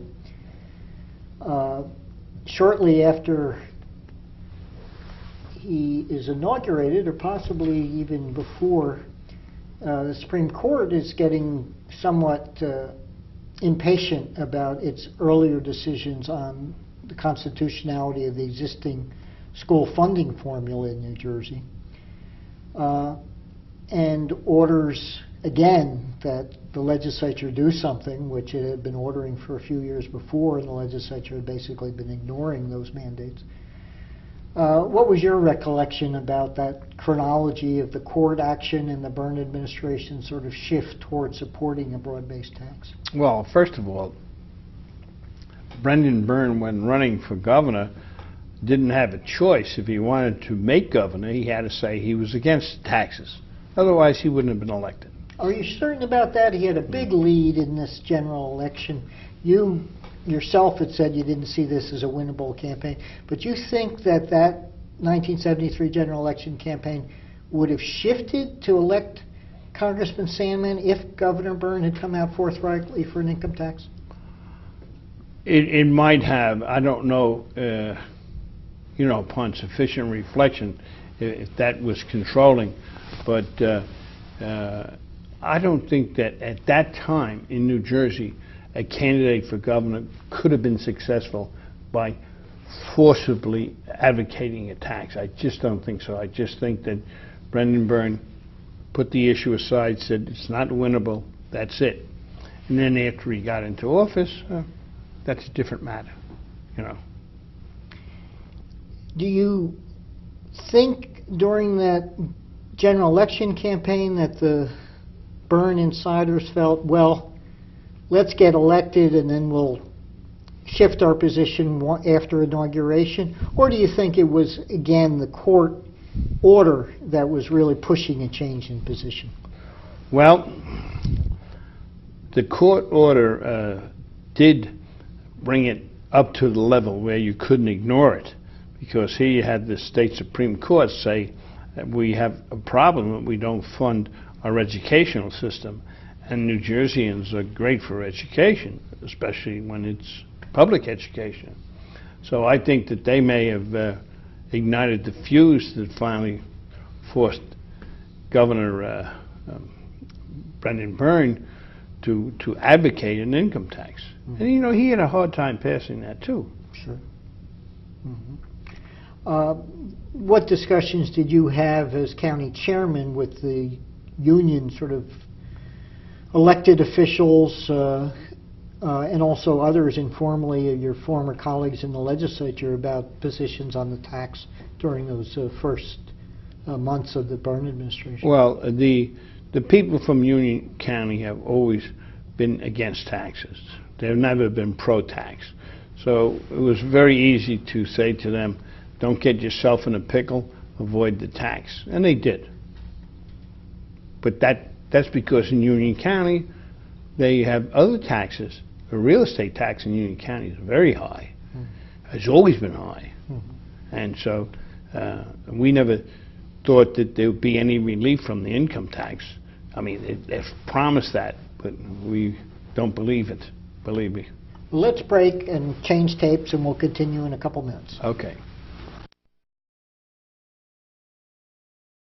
Senator, before our break, you had said, somewhat to my surprise, that you think Brendan Byrne might have been defeated in that general election if he had come out directly for a broad-based tax.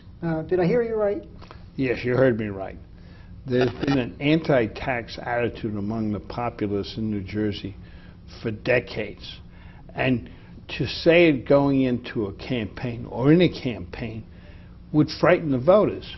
Yes, nobody ever talks about taxes in a campaign. That's a no-no. And that's been the history of New Jersey elections, and I presume it'll be the history in the future. Look at the treatment that's happening today under the proposal of the governor to raise the sales tax back to where it was. I'm surprised. His own people, the Democrats in the Assembly, say we don't want it. Don't raise the tax. Taxes are not very well accepted in New Jersey, and I think it's politically wise for a candidate who is aspiring to office to mention the fact that he's going to raise taxes. I just think that there's a no-no. He'd get crushed. Let's go back to the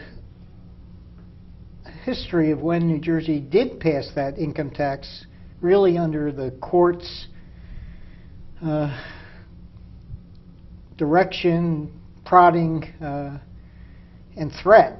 that the court was essentially going to take over the school systems in New Jersey unless the legislature reluctantly went along to reform the existing school financing formula. When you were still in the legislature, did you resent the court's intervention into public policy in this way? Yes, I did, but a lot of people didn't. A lot of people used that as a crutch. They felt that now's the time to go for an income tax. We're not going to be blamed. We're going to say, look, it's those fellows in the black robes that are telling us to do that or else.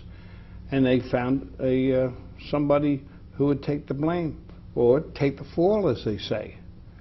But don't blame me, blame the court, that kind of attitude. And in retrospect, now some 30 years or more later, despite the passage of an income tax, despite the tinkering over the years with the original Supreme Court order, we read in the papers today some of the same issues, debates again over financing of the schools, financing of the state government, proposals for new taxes. In retrospect, were there mistakes made in those days by the court or by the legislature in structuring its response to the court that we're sort of still living with today? I think the problem is basic to New Jersey. We don't dedicate taxes. Now, the reason we don't dedicate taxes is because there's a certain philosophy that if you dedicate, you are not going to take care of the other non-dedicated areas. So let's have the taxes flow free. I don't think it works anymore. I think when you pass a gas tax, that gas tax ought to be used for building highways or for giving compensation to other forms of transportation like railroad subsidies. Of course, the argument then on the side of people who are against dedicated taxes is that ultimately, are you going to dedicate taxes for everything? You know, are you going to tax barber shops and their licensing and then put the money back in fostering barber shops in New Jersey? Well, you know, there's an argument reduced to the lowest level, and that's the argument that you have to use. You got to say, come on, that's being foolish. But dedication deserves a spot in our thinking when it comes to taxes. If we had dedication, we would have taken care of our educational problem and perhaps saved money for taxpayers. We'd dedicate so much money all along, and you talk about some of these old schools in the cities particularly, maybe they would have been replaced by now. Maybe they would have been replaced 10 years ago. Who knows, you know? Well, in retrospect, again, with the benefit of these many years, was the approach which focused so much on dollars spent wrong? Would there have been other approaches that might have been more productive over the course of the time since the court originally got into the school finance issue, such as ordering mandatory merger of suburban or urban districts or forcing the counties to take over the responsibility of funding public education? That, of course, begs the question. Do we have too many municipalities in New Jersey? The answer is yes, we have too many municipalities. We ought to put more of them together and have fewer municipalities and greater tax bases. That, of course, is you're interfering with local home rule again. Well, that's my kingdom. You don't want to move my children away from the neighborhood school. You want to get them on buses and bring them to the other side of town. And so that's very unpopular. But that may be very necessary if you want to have control over your tax structure, because your taxes, you know, can only buy so much. And there are areas where I can just see in New Jersey, we're going to need so much more over the years. Our population keeps expanding. It doesn't get smaller, even though we are losing jobs and people are moving out of the state. We're still getting an influx of people in New Jersey, and they're going to have children, and the children are going to want to go to public school. Well, let me push you a little bit more, though, on this idea of maybe a broader base, geographic base for school operation and finance.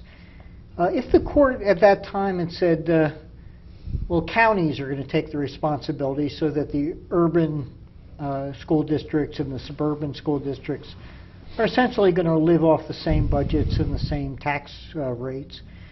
Again, in retrospect, would that have been a better result today? It might have been a better one. Again, it's the idea you'd be feeding from a bigger group of people rather than a smaller group of people. You'd also have a tendency to equalize the level of education, too, within the county, so that you wouldn't have disparate treatment in one places that the children are disadvantaged because the schooling is subpar. Mm-hmm. In one of the other towns, the schooling is above par. Mm-hmm. And you might have an equalization which is fair to the children, give everybody an even break. Mm-hmm. But I don't see that happening, because people are still saying, don't fool with my backyard, you know, do it in the other guy's backyard. But today, do you feel voter sentiment is becoming close to the breaking point in terms of the property tax, so that we're at the verge of some major change in state tax policy? And if so, what are the options? Well, I think that that's possible, because I think there's a recognition of that. Aren't there plans this year for the legislature to have special sessions to talk about that? So at least it's an ongoing discussion, and it's going to develop more and more. I think it has to go that way. But realistically, and you know the state fiscal position and the politics of the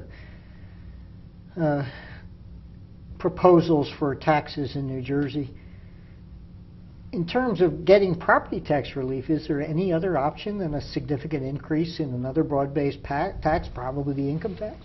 Well, I've thought about that, and I've come up with a zero, followed by another zero.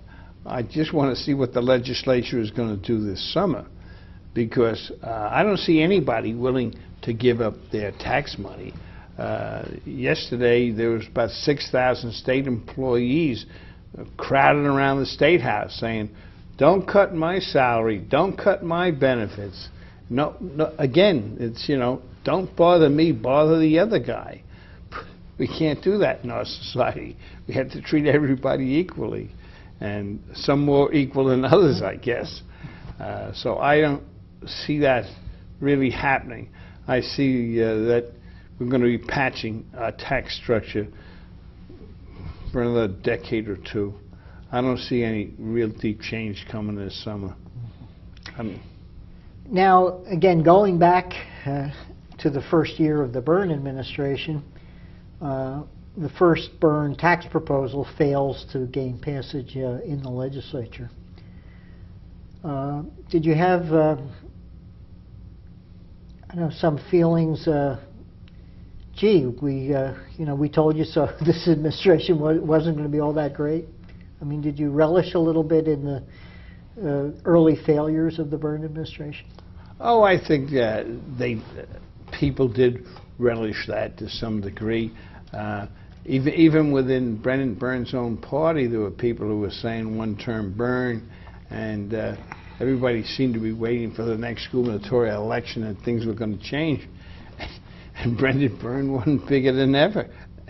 And he went from no term Byrne to 2 terms and out. Well, before that happens, he does get the tax passed when it becomes more of a legislative initiative from the Democrats in the legislature than at least tacitly or openly a Byrne administration proposal. But it does pass again with the court in the background, well, not in the background, in the foreground, saying we're going to close, we're ordering New Jersey schools closed as of July 1st unless you do pass some proposal to meet our earlier court decisions. In fact, after the schools are closed for a few days in July, the legislature does act to pass the income tax and the other measures that were part of the school funding package. And also, you start, again, planning another sort of elected political career. Tell us about sort of your personal political plans at that time. Well, I don't know if I really had any plans, because in politics you can plan all you like, but achieving is another matter. And I think at that particular time I had sort of come to the conclusion that I was always going to be a little bit in politics, but not in elective office, in appointive office, which happened afterwards, where I was appointed chairman of the Turnpike Authority, where I have been appointed trustee of Kane University. I like being in the public realm. I don't think I want to be elected anymore. I think my thinking has changed. I don't like to have these heavy demands on my time and heavy demands on my thoughts, too. But in fact, you run successfully for the Assembly and returned to the legislature. Oh, yes, I did. In 1976, about at the depths of the Byrne administration in terms of popularity. His poll numbers were well down at that point. Tell us about that election and your campaign and how you perceive the Byrne administration. Was it as a one-term administration? Well, we played on that. Of course, we had to, because he was the incumbent, and we certainly would want to use the incumbent's record against him. So we did do that.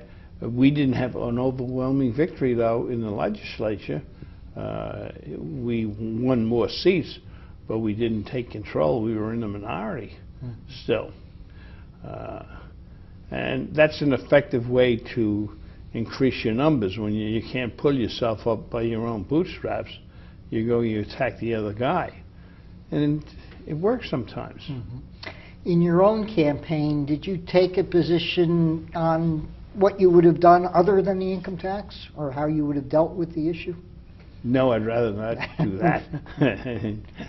I never mention taxes unless I use the word no before them. Well, other than the Byrne administration's slide in popularity, what was the key to your successful campaign for the Assembly when you were defeated for Senate re-election during Governor Byrne's 1973 campaign? Well, I think the fact that there was a little bit of public concern that Byrne hadn't delivered the way they thought, and it was time for Republicans to come back. But again, we didn't come back in as greater numbers as I anticipated. When you're on the outside looking in, you always try to blame the guy that's in for everything. So it's sort of a negative campaign. Mm-hmm. But it works. And how did you use that against your opponents in the Assembly race? Well, I don't remember the issues we had locally. I don't think that in the legislature as such, when the legislature's on the top of the ticket, that we draw up issues. We try to replay old ones. That's because if we've been successful, you don't like to avoid success again. You say, oh, we were successful last time, let's do it again this time. Doesn't always work, but it does work once in a while. And I believe that my recollection says that that's what I did at the time. Now, as you return to the Assembly, given your key role in statewide Republican campaigns in the past, and particularly in the 1973 election, did you feel like you had sort of a personal platform to play and also some maybe grudges to settle, given your political wounds over the years? Well, it doesn't pay to settle political wounds, because you open new ones when you do that. I've always operated on the basis of let bygones be bygones, unless they're too big to be bygones. You know, there's a limit on that. I would say that when I went back to see if I could become a senator again. I enjoyed being a senator probably much more than being an assemblyman. It's a little different aspect and a little different responsibilities. That's what I was hoping to do. And it wasn't a particularly vicious campaign. Mm-hmm. I don't remember that as such. As you go back into the assembly, talk about the key leaders and other forces, on both sides of the aisle in the assembly. Well, in the assembly, Tom Kane became a leader, and over in the Senate, Donnie DeFrancesco became president of the Senate, and he was our leading ace. Everybody looked to Donnie to lead the party. Outside of that, I don't remember any standout candidates. What about the Assembly Democratic leadership? Well, let's see. I believe that an assemblyman from Middlesex was the Speaker of the House at the time. I don't think... Could be Bill Hamilton? Or? Yes, Bill Hamilton, right. I don't believe that at that particular time that the Assembly did anything of any magnitude, and neither did the Senate. I think the whole issue is still wrapped up in Brendan Byrnes, the governor, what he had to say, what he did. And it was an easy time. Mm-hmm. There weren't the big problems then that there are now. Mm-hmm. And what about the mood in the legislature then? You had gone through some bruising years over the tax issues and some partisan battles, but I guess it was still a milder, less partisan place, at least when you broke from the formal public debates and sort of adjourned to the restaurants and bars in Trenton, wasn't it? Well, actually, the best time and best camaraderie was back in the old days, before we had an 80-man assembly and a 40-person Senate. When we had 60 assemblymen and 21 senators, I think we were closer together. We used to argue on the floor and we'd debate on the floor, but that was the end of it. We'd go out and have dinner together and drink together and socialize, and nobody hold grudges. However, we now have legislative districts, and to some degree the legislative districts have made the legislators more combative with each other. Before, when it was on a county-wide basis, there wasn't that kind of warfare between the two parties. And now there is. There's great hostility, and I hear it from the incumbents. They tell me that they're competitive, even though they have smaller districts. They're competitive among the districts. Mm-hmm. Now, as you return to the Assembly, there's some other issues beyond taxes, although taxes obviously have dominated the the years of the first term of Brendan Byrnes' administration. Atlantic City becomes an issue. What was your position on gambling in Atlantic City? Well, I was all for it. In fact, I put the first bill in with the help of Senator Frank Farley, who was the senator from Atlantic County at the time. And I pushed it, and I finally got it up on the floor, but it was defeated. And when was this? This was about 1960.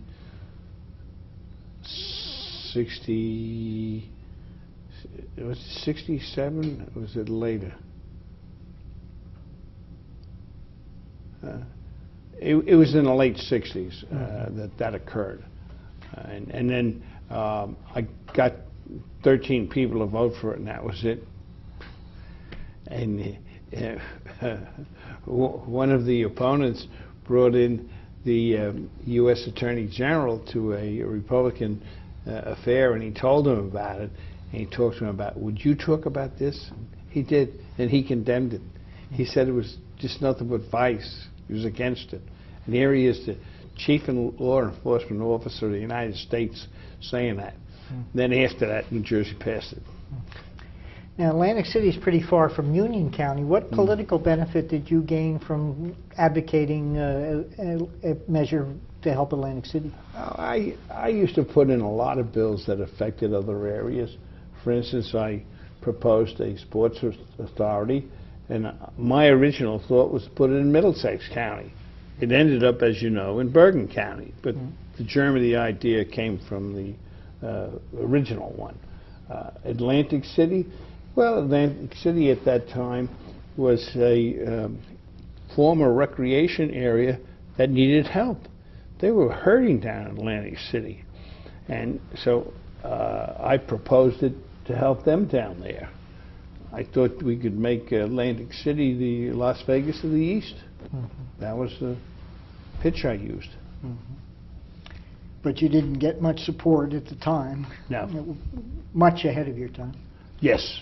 But as you come back into the Assembly in 1976, it's become a hot issue again. Yes, it has. Talk about the debate or the sort of discussions you had with the people who were leading this new fight for gambling in Atlantic City. Well, the people who were leading the new fight were all Democrats, and they were much better organized than I had been a couple of years previously. Besides that, the sponsor was from Atlantic County, and he could talk from a personal way about the problems that faced Atlantic City and how they needed to get something new and exciting to revive them. And by the way, Brendan Byrne, as governor, was for it, and that helped a lot. He was somewhat reluctantly for it, though, I guess, after he had failed to get the Hiltons and the Marriotts to consider or to decide to build non-casino hotels. I believe he said that he came out of those discussions thinking that gambling was the only way to rehabilitate Atlantic City. But that helped. If the governor is for you, he can help certainly move legislation through the legislature. And now, did you offer your help to the Democrats who were pushing for Atlantic City? And I guess Steve Persky was the leader of that fight. I was glad to help him. And what reaction did you have in the Republican caucus? I don't remember any reaction as such. I think that people were more malleable at that time. And besides that, when you're in a minority, you take a different viewpoint at passing legislation than when you're in a majority. Because when you're in the majority, you're held to the legislation. And if it turns out bad, you get marked bad. When you're in the minority, you can support legislation. You can say, well, that was a Democratic Assembly. And that's what I think convinced a lot of Republicans I may as well vote for it. It's going to pass anyway. You mentioned that Governor Hughes was very adept at dealing on a bipartisan basis with the legislature and had easy communication with the Republicans, both, I guess, as majority party and minority at some point. Right. The Byrne administration, on the other hand, got harshly criticized for its legislative relations. Some, I think, have said it was aloof or arrogant. Was that your take? Well, my take is that Governor Hughes's personalities was such that it made the difference. Governor Hughes was a governor that was very well liked by both parties, and he cooperated with the Republicans when the Democrats were in control. So Brendan Byrne was a little more aloof. All right, different personality entirely. Now Brendan Byrne today is a great personality. People want him to speak at their affairs, and he's great. He's well accepted. He's funny. He's humorous. He has a message to tell. I think Brendan Byrne, the ex-governor, is much different than Brendan Byrne, the governor. Who were your main contacts within the Byrne administration during your return to the Assembly? Well, it was the governor's aide, Jerry English. She was very prominent in the administration. And I dealt with Jerry because she came from Union County. Mm-hmm. So it was sort of a natural thing. And I don't remember dealing with anybody else in the administration as such. Mm-hmm. But within the Republican ranks, you're fairly optimistic that Governor Byrne will be one-term Byrne. Talk about, I guess, the planning for that next election when the governor has to stand on his record during the first term. The polls are showing him so weak that many people are thinking he may not even decide to run for re-election. Well, what happened is that I think we got caught napping because Brendan Byrne was stronger than we ever anticipated, because we used to see the newspapers weekly talking about something horrendous. You know, Jimmy Dugan, the senator from Hudson County, said no more terms for Byrne. His own party, you know, was against him. And I think it was what they would call a sleeper. He went in there and knocked the ball right over the fence. He did it. And I think his own personality helped. Well, in fact, his own weakness also helped, didn't it? I mean, certainly getting him renominated because he attracted so many opposing Democrats running against him. Yeah, that was a big Democratic horde that time. If I remember correctly, it was about 7 or 8 candidates in the primary. Yeah. Including a former cabinet officer of Brendan Byrne. Right. He's from Union County, too. Joe Hoffman. Yeah. I think that Brendan Byrne, well, the Democrats voted for Brendan Byrne because he won the primary and because our candidate didn't stand up as well as they thought he would. Talk a little bit more about the Bateman campaign. Did you play an active role either as an advisor or as a surrogate in that campaign? No, I didn't. But Ray Bateman was very popular. Ray Bateman had an excellent legislative record. He was somebody who was like almost groomed for the job. But then he and the United States Treasurer made an announcement that they thought the state needed a new tax. That was in August. Well, from that time on, the campaign went down. He couldn't get over the fact that he was advocating a new tax. Well, it wasn't really a new tax. It was the Bateman-Simon plan, as right. The Democrats characterized it, the BS plan. But it was an alternative proposal packaging a lot of smaller things that the Democrats attacked as really unworkable and wrong on its numbers and everything else. Did you feel that when they announced that plan and the Democrats within the administration, the state treasurer and others went out there to sort of critique the Bateman-Simon plan, that the election was lost, or was it something still up in the air? I think that it was pretty much lost at that time. I remember after that came out, it drew headlines, and I think that the Republicans shuddered, and they shuddered and went home.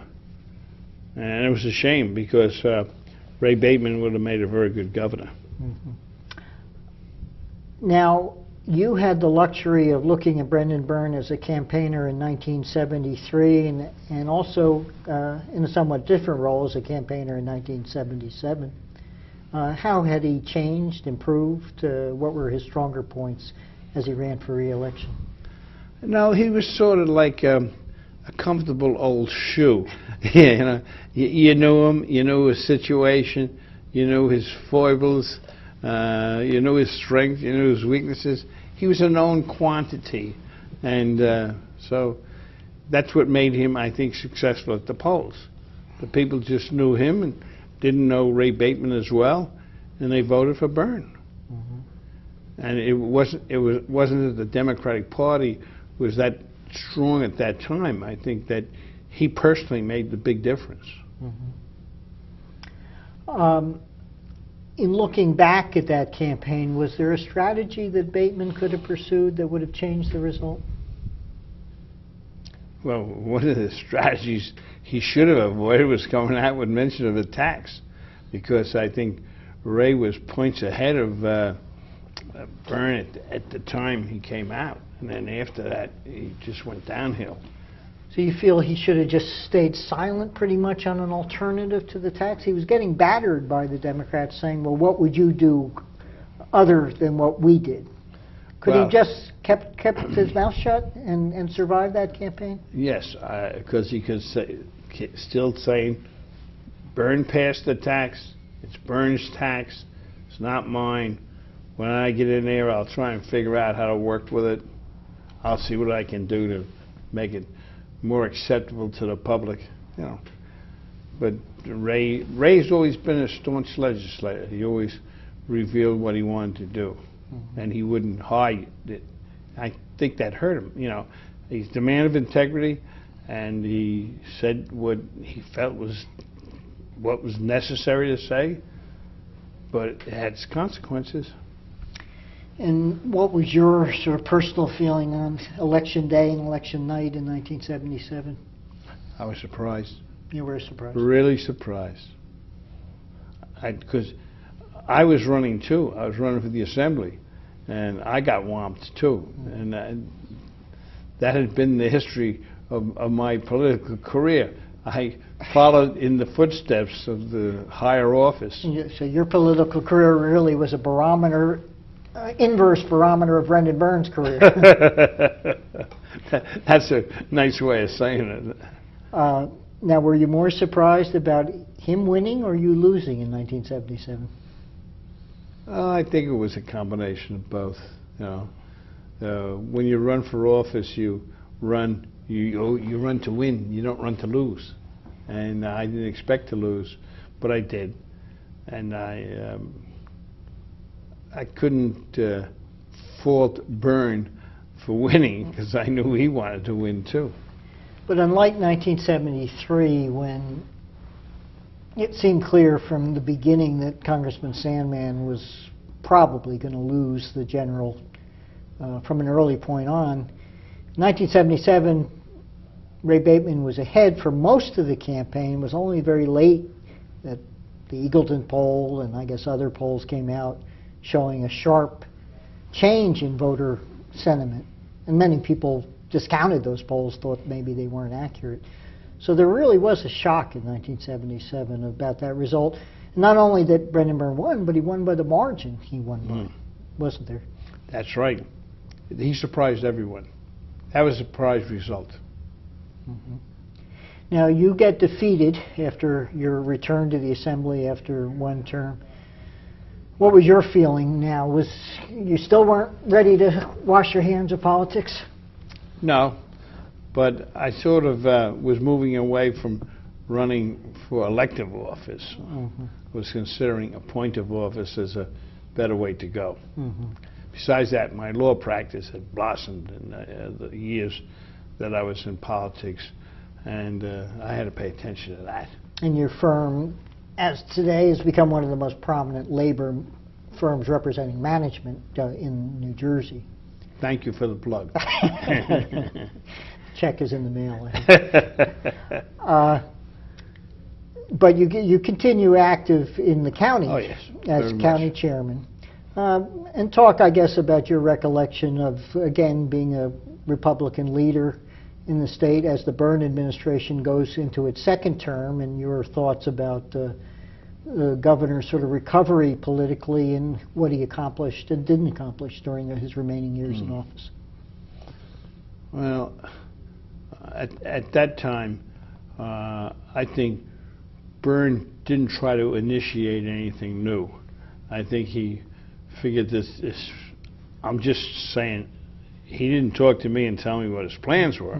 I'm figuring out that he had 4 years, and that was the end of it, nothing further.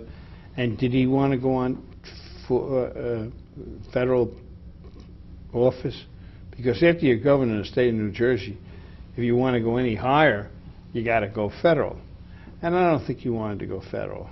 I think he wanted to go back to the practice of law, which he did, had a very successful, still does have a very successful law firm, and he was content with his life.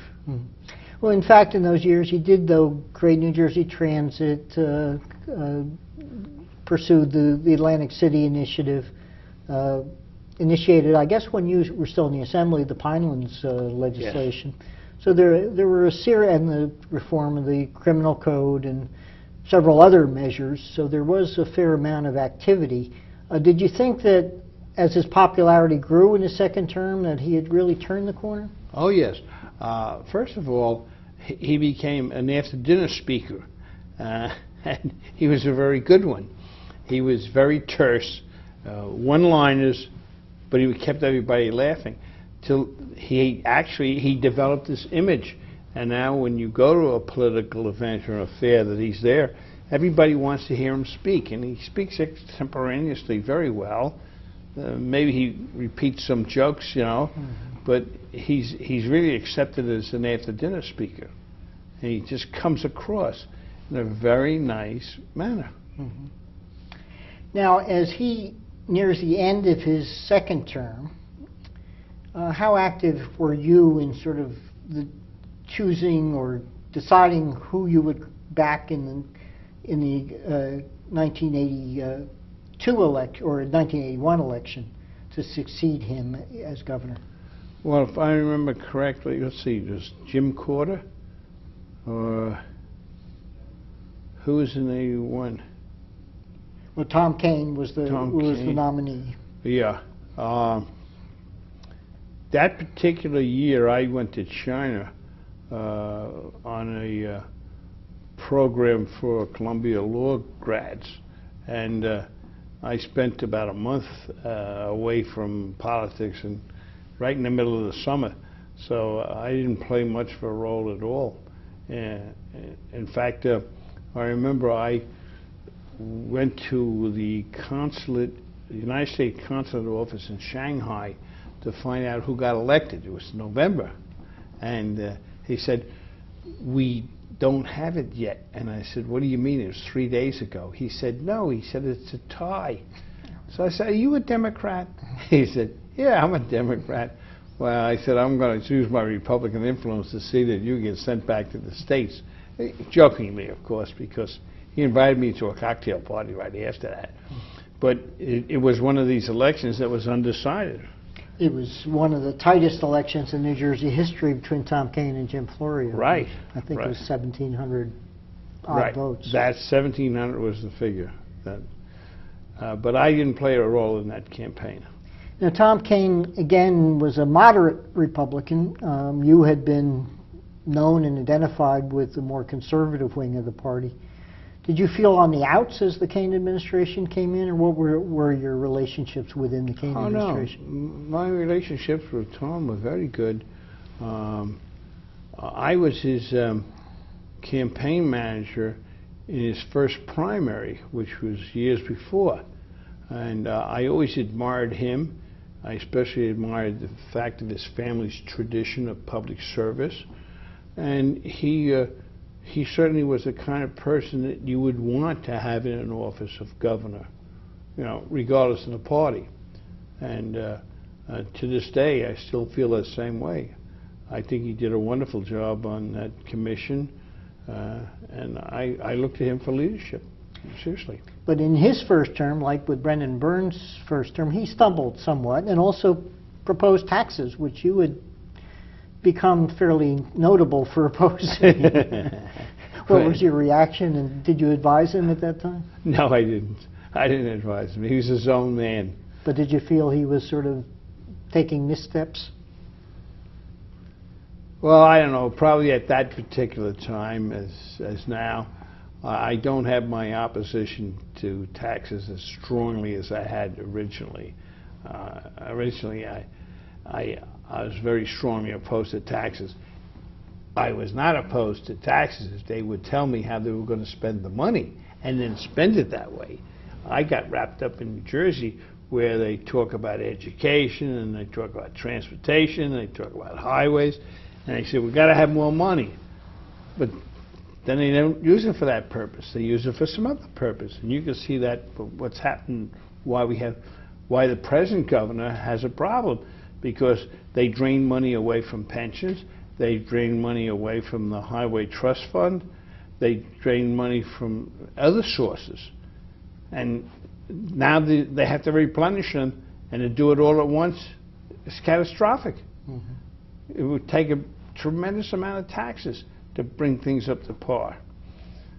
But, and I don't say bite the bullet now. I think they get to plan how they're going to do it over a period of years, because I just think taxes are kind of heavy right now, and to impose another heavy levy would just be wrong, period.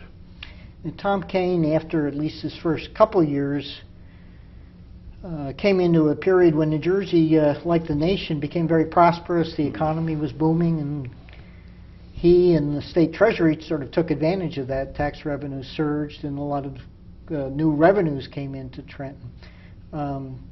What was your take? Was that the Kean administration was sort of in a very good position at the right time? Yes, they were fortunate, and you have to give credit to who's ever in administration that they don't go wild with the money, that they put the money to good use. That's all you can say about an administration that has a windfall, just as long as they use the windfall properly. Now, did you serve in any appointed positions during the Kean administration, either task forces or committees or other roles? No. No, that was a period I was out of politics. Well, I came back in as county chairman after that. What about locally? Did you manage any campaigns, or did you back anyone in term as a finance chairman or fundraiser? No, I didn't. Okay. Well, at the end of Governor Kean's second term, in his next try for office, Governor Florio gets elected. What were your personal recollections of Governor Florio over the years and as governor? Well, Jim Florio always wanted to be governor. He had a hankering for it. And he always had his name up there while he was in Congress. And finally his name got there, period. All right? I knew Jim Florio as an assemblyman. He was a serious kind of person. And I thought he would, be a good governor.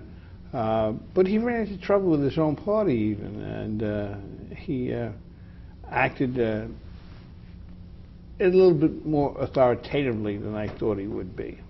And he also got pilloried again by that bugaboo tax issue in New Jersey, didn't he? Oh, he did.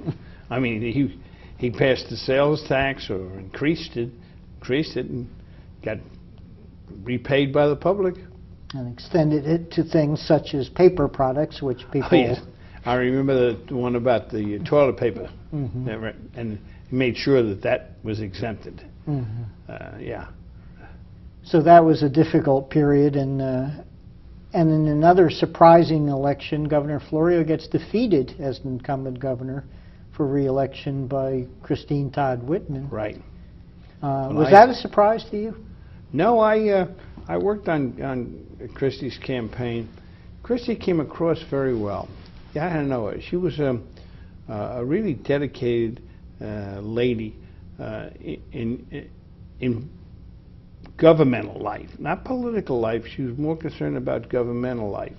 And I really worked at her campaign, as I said before, but she was a good candidate to sell. She was an easy candidate to sell. She was articulate. She made a nice appearance. And she didn't make unfounded promises. Like, she didn't say, I'm going to do this and I'm going to do that. She had a pretty good program and knew how to promote it.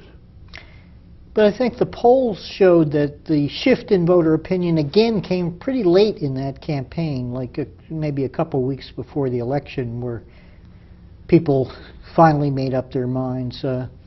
Were you confident throughout the general election campaign that she was going to win?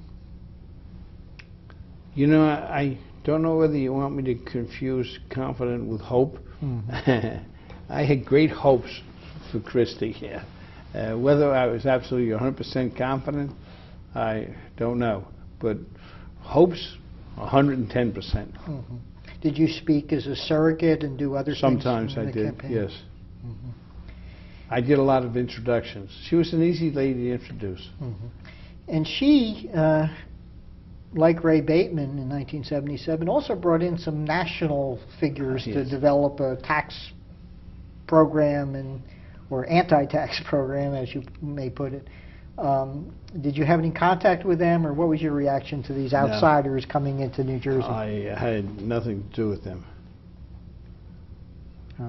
But there were some fairly high-profile economists and others who, who provided input to her campaign. My role was more on the lower level, getting out the vote. And do you believe that her position on cutting taxes was the critical issue that won that campaign for her? Oh, yeah. I think it was. Yeah, I'm positive. Again, that goes back to what I've said all along, that New Jersey voters don't like taxes. Don't mention them, that you're for them while you're running for office. Mm-hmm. They don't accept that. Okay. There's no mercy. Did you play a role in her transition after she was elected? Yes, I was on both of her transition teams. Mm-hmm. And after she's inaugurated, I guess she asked you as to what role you might play, or was it more direct than that? No, I asked her if I could play a role, and she picked out Commissioner of the Turnpike. But you didn't ask specifically for... No. And as you sort of take over as chairman of the board of the Turnpike Authority... Right. What's that like? What's the day-to-day workings of the Turnpike? Well, the board meets once a month, okay? But as chairman, you have other duties. You have to concern yourself about the cost of administration. That's the biggest thing you have to worry about, is that the costs don't outreach the revenue coming in. And it didn't during my tenure there. We always had more money than we needed for immediate use. And I particularly enjoyed it because it was like an executive position. You know, you make decisions and you see to it that they're carried out, and you sort of get a feeling of accomplishment. It was more that than political, because, I mean, what's political about running a highway? Well, some people would say that there's a lot of politics in running the highway, particularly the Turnpike, with that huge budget, all those thousands of jobs to give out as toll takers, as maintenance people, and so forth, and construction contracts to people who pave the road and extend it and so forth. You don't think there's some politics in that role? Well, first of all, it's been a practice that you don't sweep out the opposing party's people who are in there. You add to it. And then eventually its population of the employment goes down. As far as handling contracts go, that's done through the engineering department. There were very capable people there, and they would come up with the recommendations, but that was always subject to board approval as to which company you would use for the construction. And it was on a very business-like basis. But traditionally, selection of the council for the public authorities and the selection of bond underwriters and such in New Jersey has historically been a very sought-after political plum, hasn't it? Oh, yes.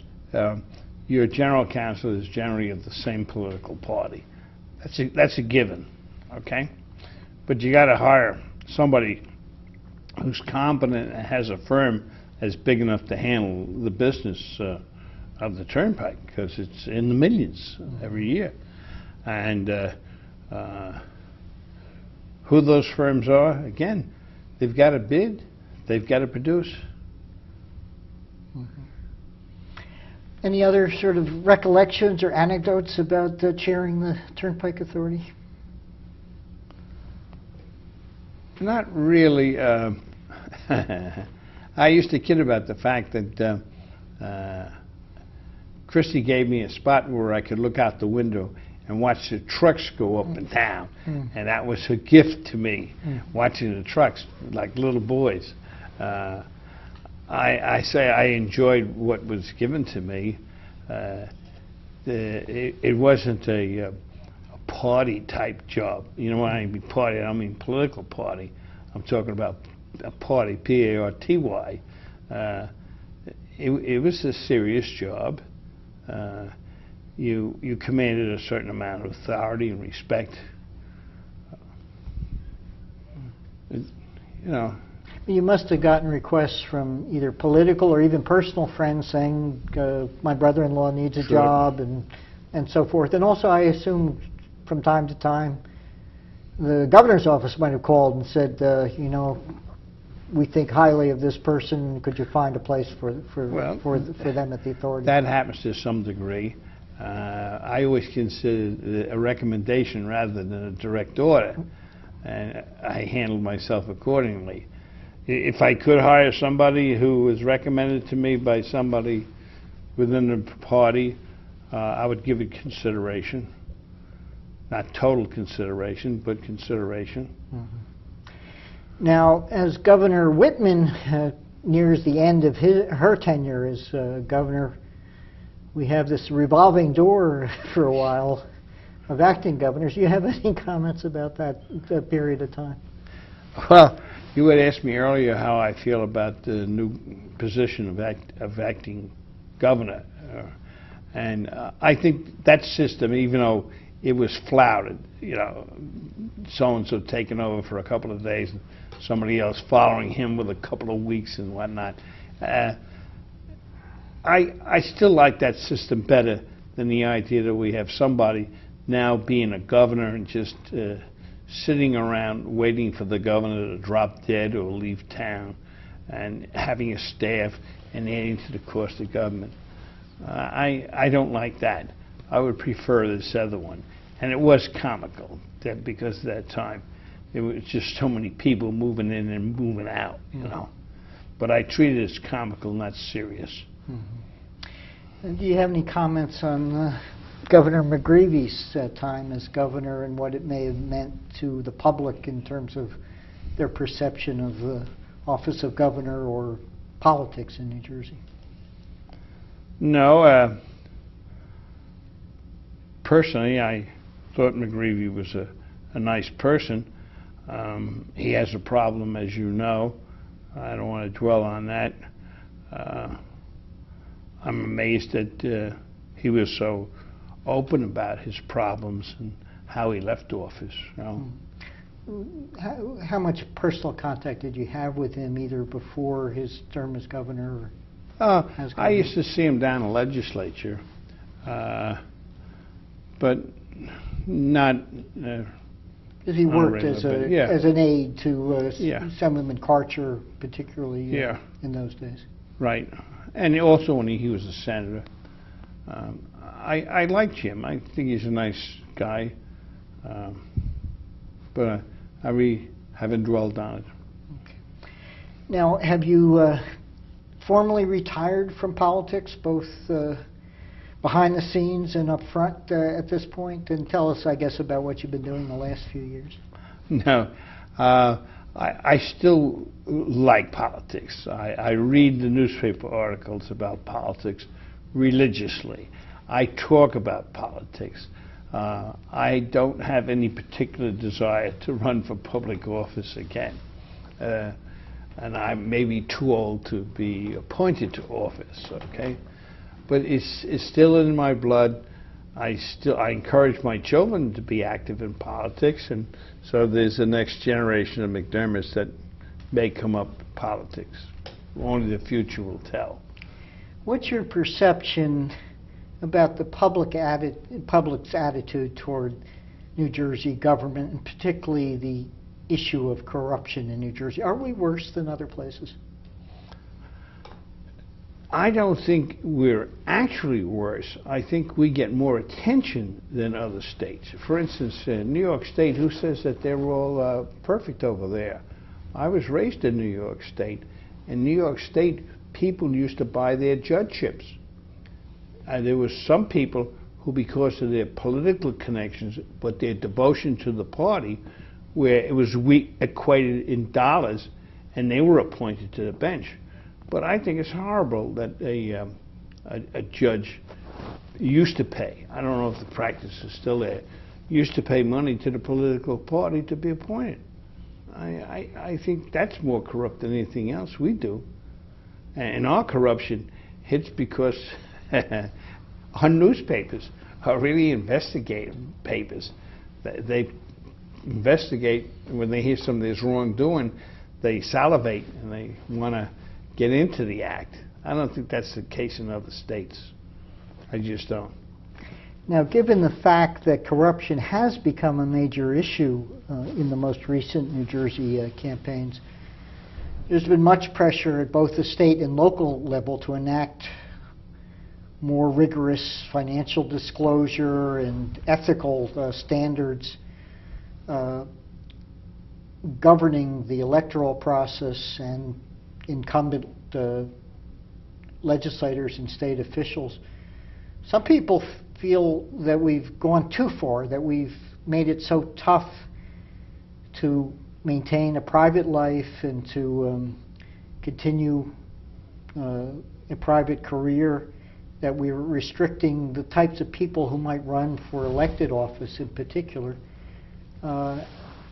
And others say, well, it's necessary to restore public confidence in the system. What's your feeling? I think that we're doing just about right in New Jersey with our disclosure. I see no problem with the kind of disclosure they ask for. Besides that, I believe that if somebody does go into politics, he should know and understand that his private life is going to be open. And he has to expect that. Otherwise, he shouldn't be going into public life. If somebody is on the verge of being a crook and not a crook, he better not be in politics, not today, because I think they'll expose him, and I think that that's right. Then the punishment he gets is that he shames his family, he shames himself, he hurts himself. I don't see anybody going into politics just for the sake of making money. I know people I can't say this. Some people are corrupt and they look for an easy way to make money. Stay out of politics. Leave the politics to the people who will do good. They'll handle the government right. Do you think the quality of the people serving the legislature today match the quality of the people when you were serving in Trenton? Well, we had many more lawyers then because lawyers have always used the political route to success, okay? And lawyers, being one, I have to say, have a certain sense of ethics, or they should have a certain sense of ethics. And they have more to lose by being charged as corrupt. They are hurt professionally in their law firm, as well as they're hurt in their public occupation. We don't have that many lawyers anymore in the legislature, and that's due to the fact that they're spending more time. And if you're a lawyer, you got to tend to your clients' needs. Secondly, they did pass a statute back about 40 years ago that said if you were a lawyer and working for a firm, that firm couldn't do any business with the state administration. That was verboten. And you had to quit the law firm or quit the legislature. And at that time, there were a couple of lawyers who actually did quit their firm and stayed in politics. And a couple, I think, who quit the legislature, like Robert Willents. Oh, yes. Yes. Because of that same rule. Right, right. Well, that's right. And there was a perfect example of a guy who was dedicated legislator. He wouldn't do anything that was corrupt. So I don't know. I think that certainly comparing now with the 1960s and 70s, the people are about the same. And how do you feel about dual office holding, which again has become a major issue recently? I've never been for dual office holding. I think it's wrong. I think you got one level to worry about, and you can't be on the local level, then on the county level, then on the state level. You can't do that. You're compromising yourself. As a legislator, you're passing bills all the time that affect municipalities and counties. And I just think that when you move up the ladder, you cut out the rungs below. Forget about them. You're an assemblyman. Forget about being a municipal official. Before we close, any other things you'd like to change about New Jersey today if you were governor or czar? Well, first of all, I'll go back to what I've said twice already. I'd like to get rid of that substitute governor. I think that's unnecessary. I don't think of much else. I think that we're going to have to solve our problem of revenue. That I think we have to solve. I don't think we can solve it all in 1 year. To be very frank with you, that would be just too heavy a lift. I think we want to make plans and multi-year setups to achieve revenue balance. Other than that, I think New Jersey is a fairly good state. I think that's a good way to close. Thank you. Thank you.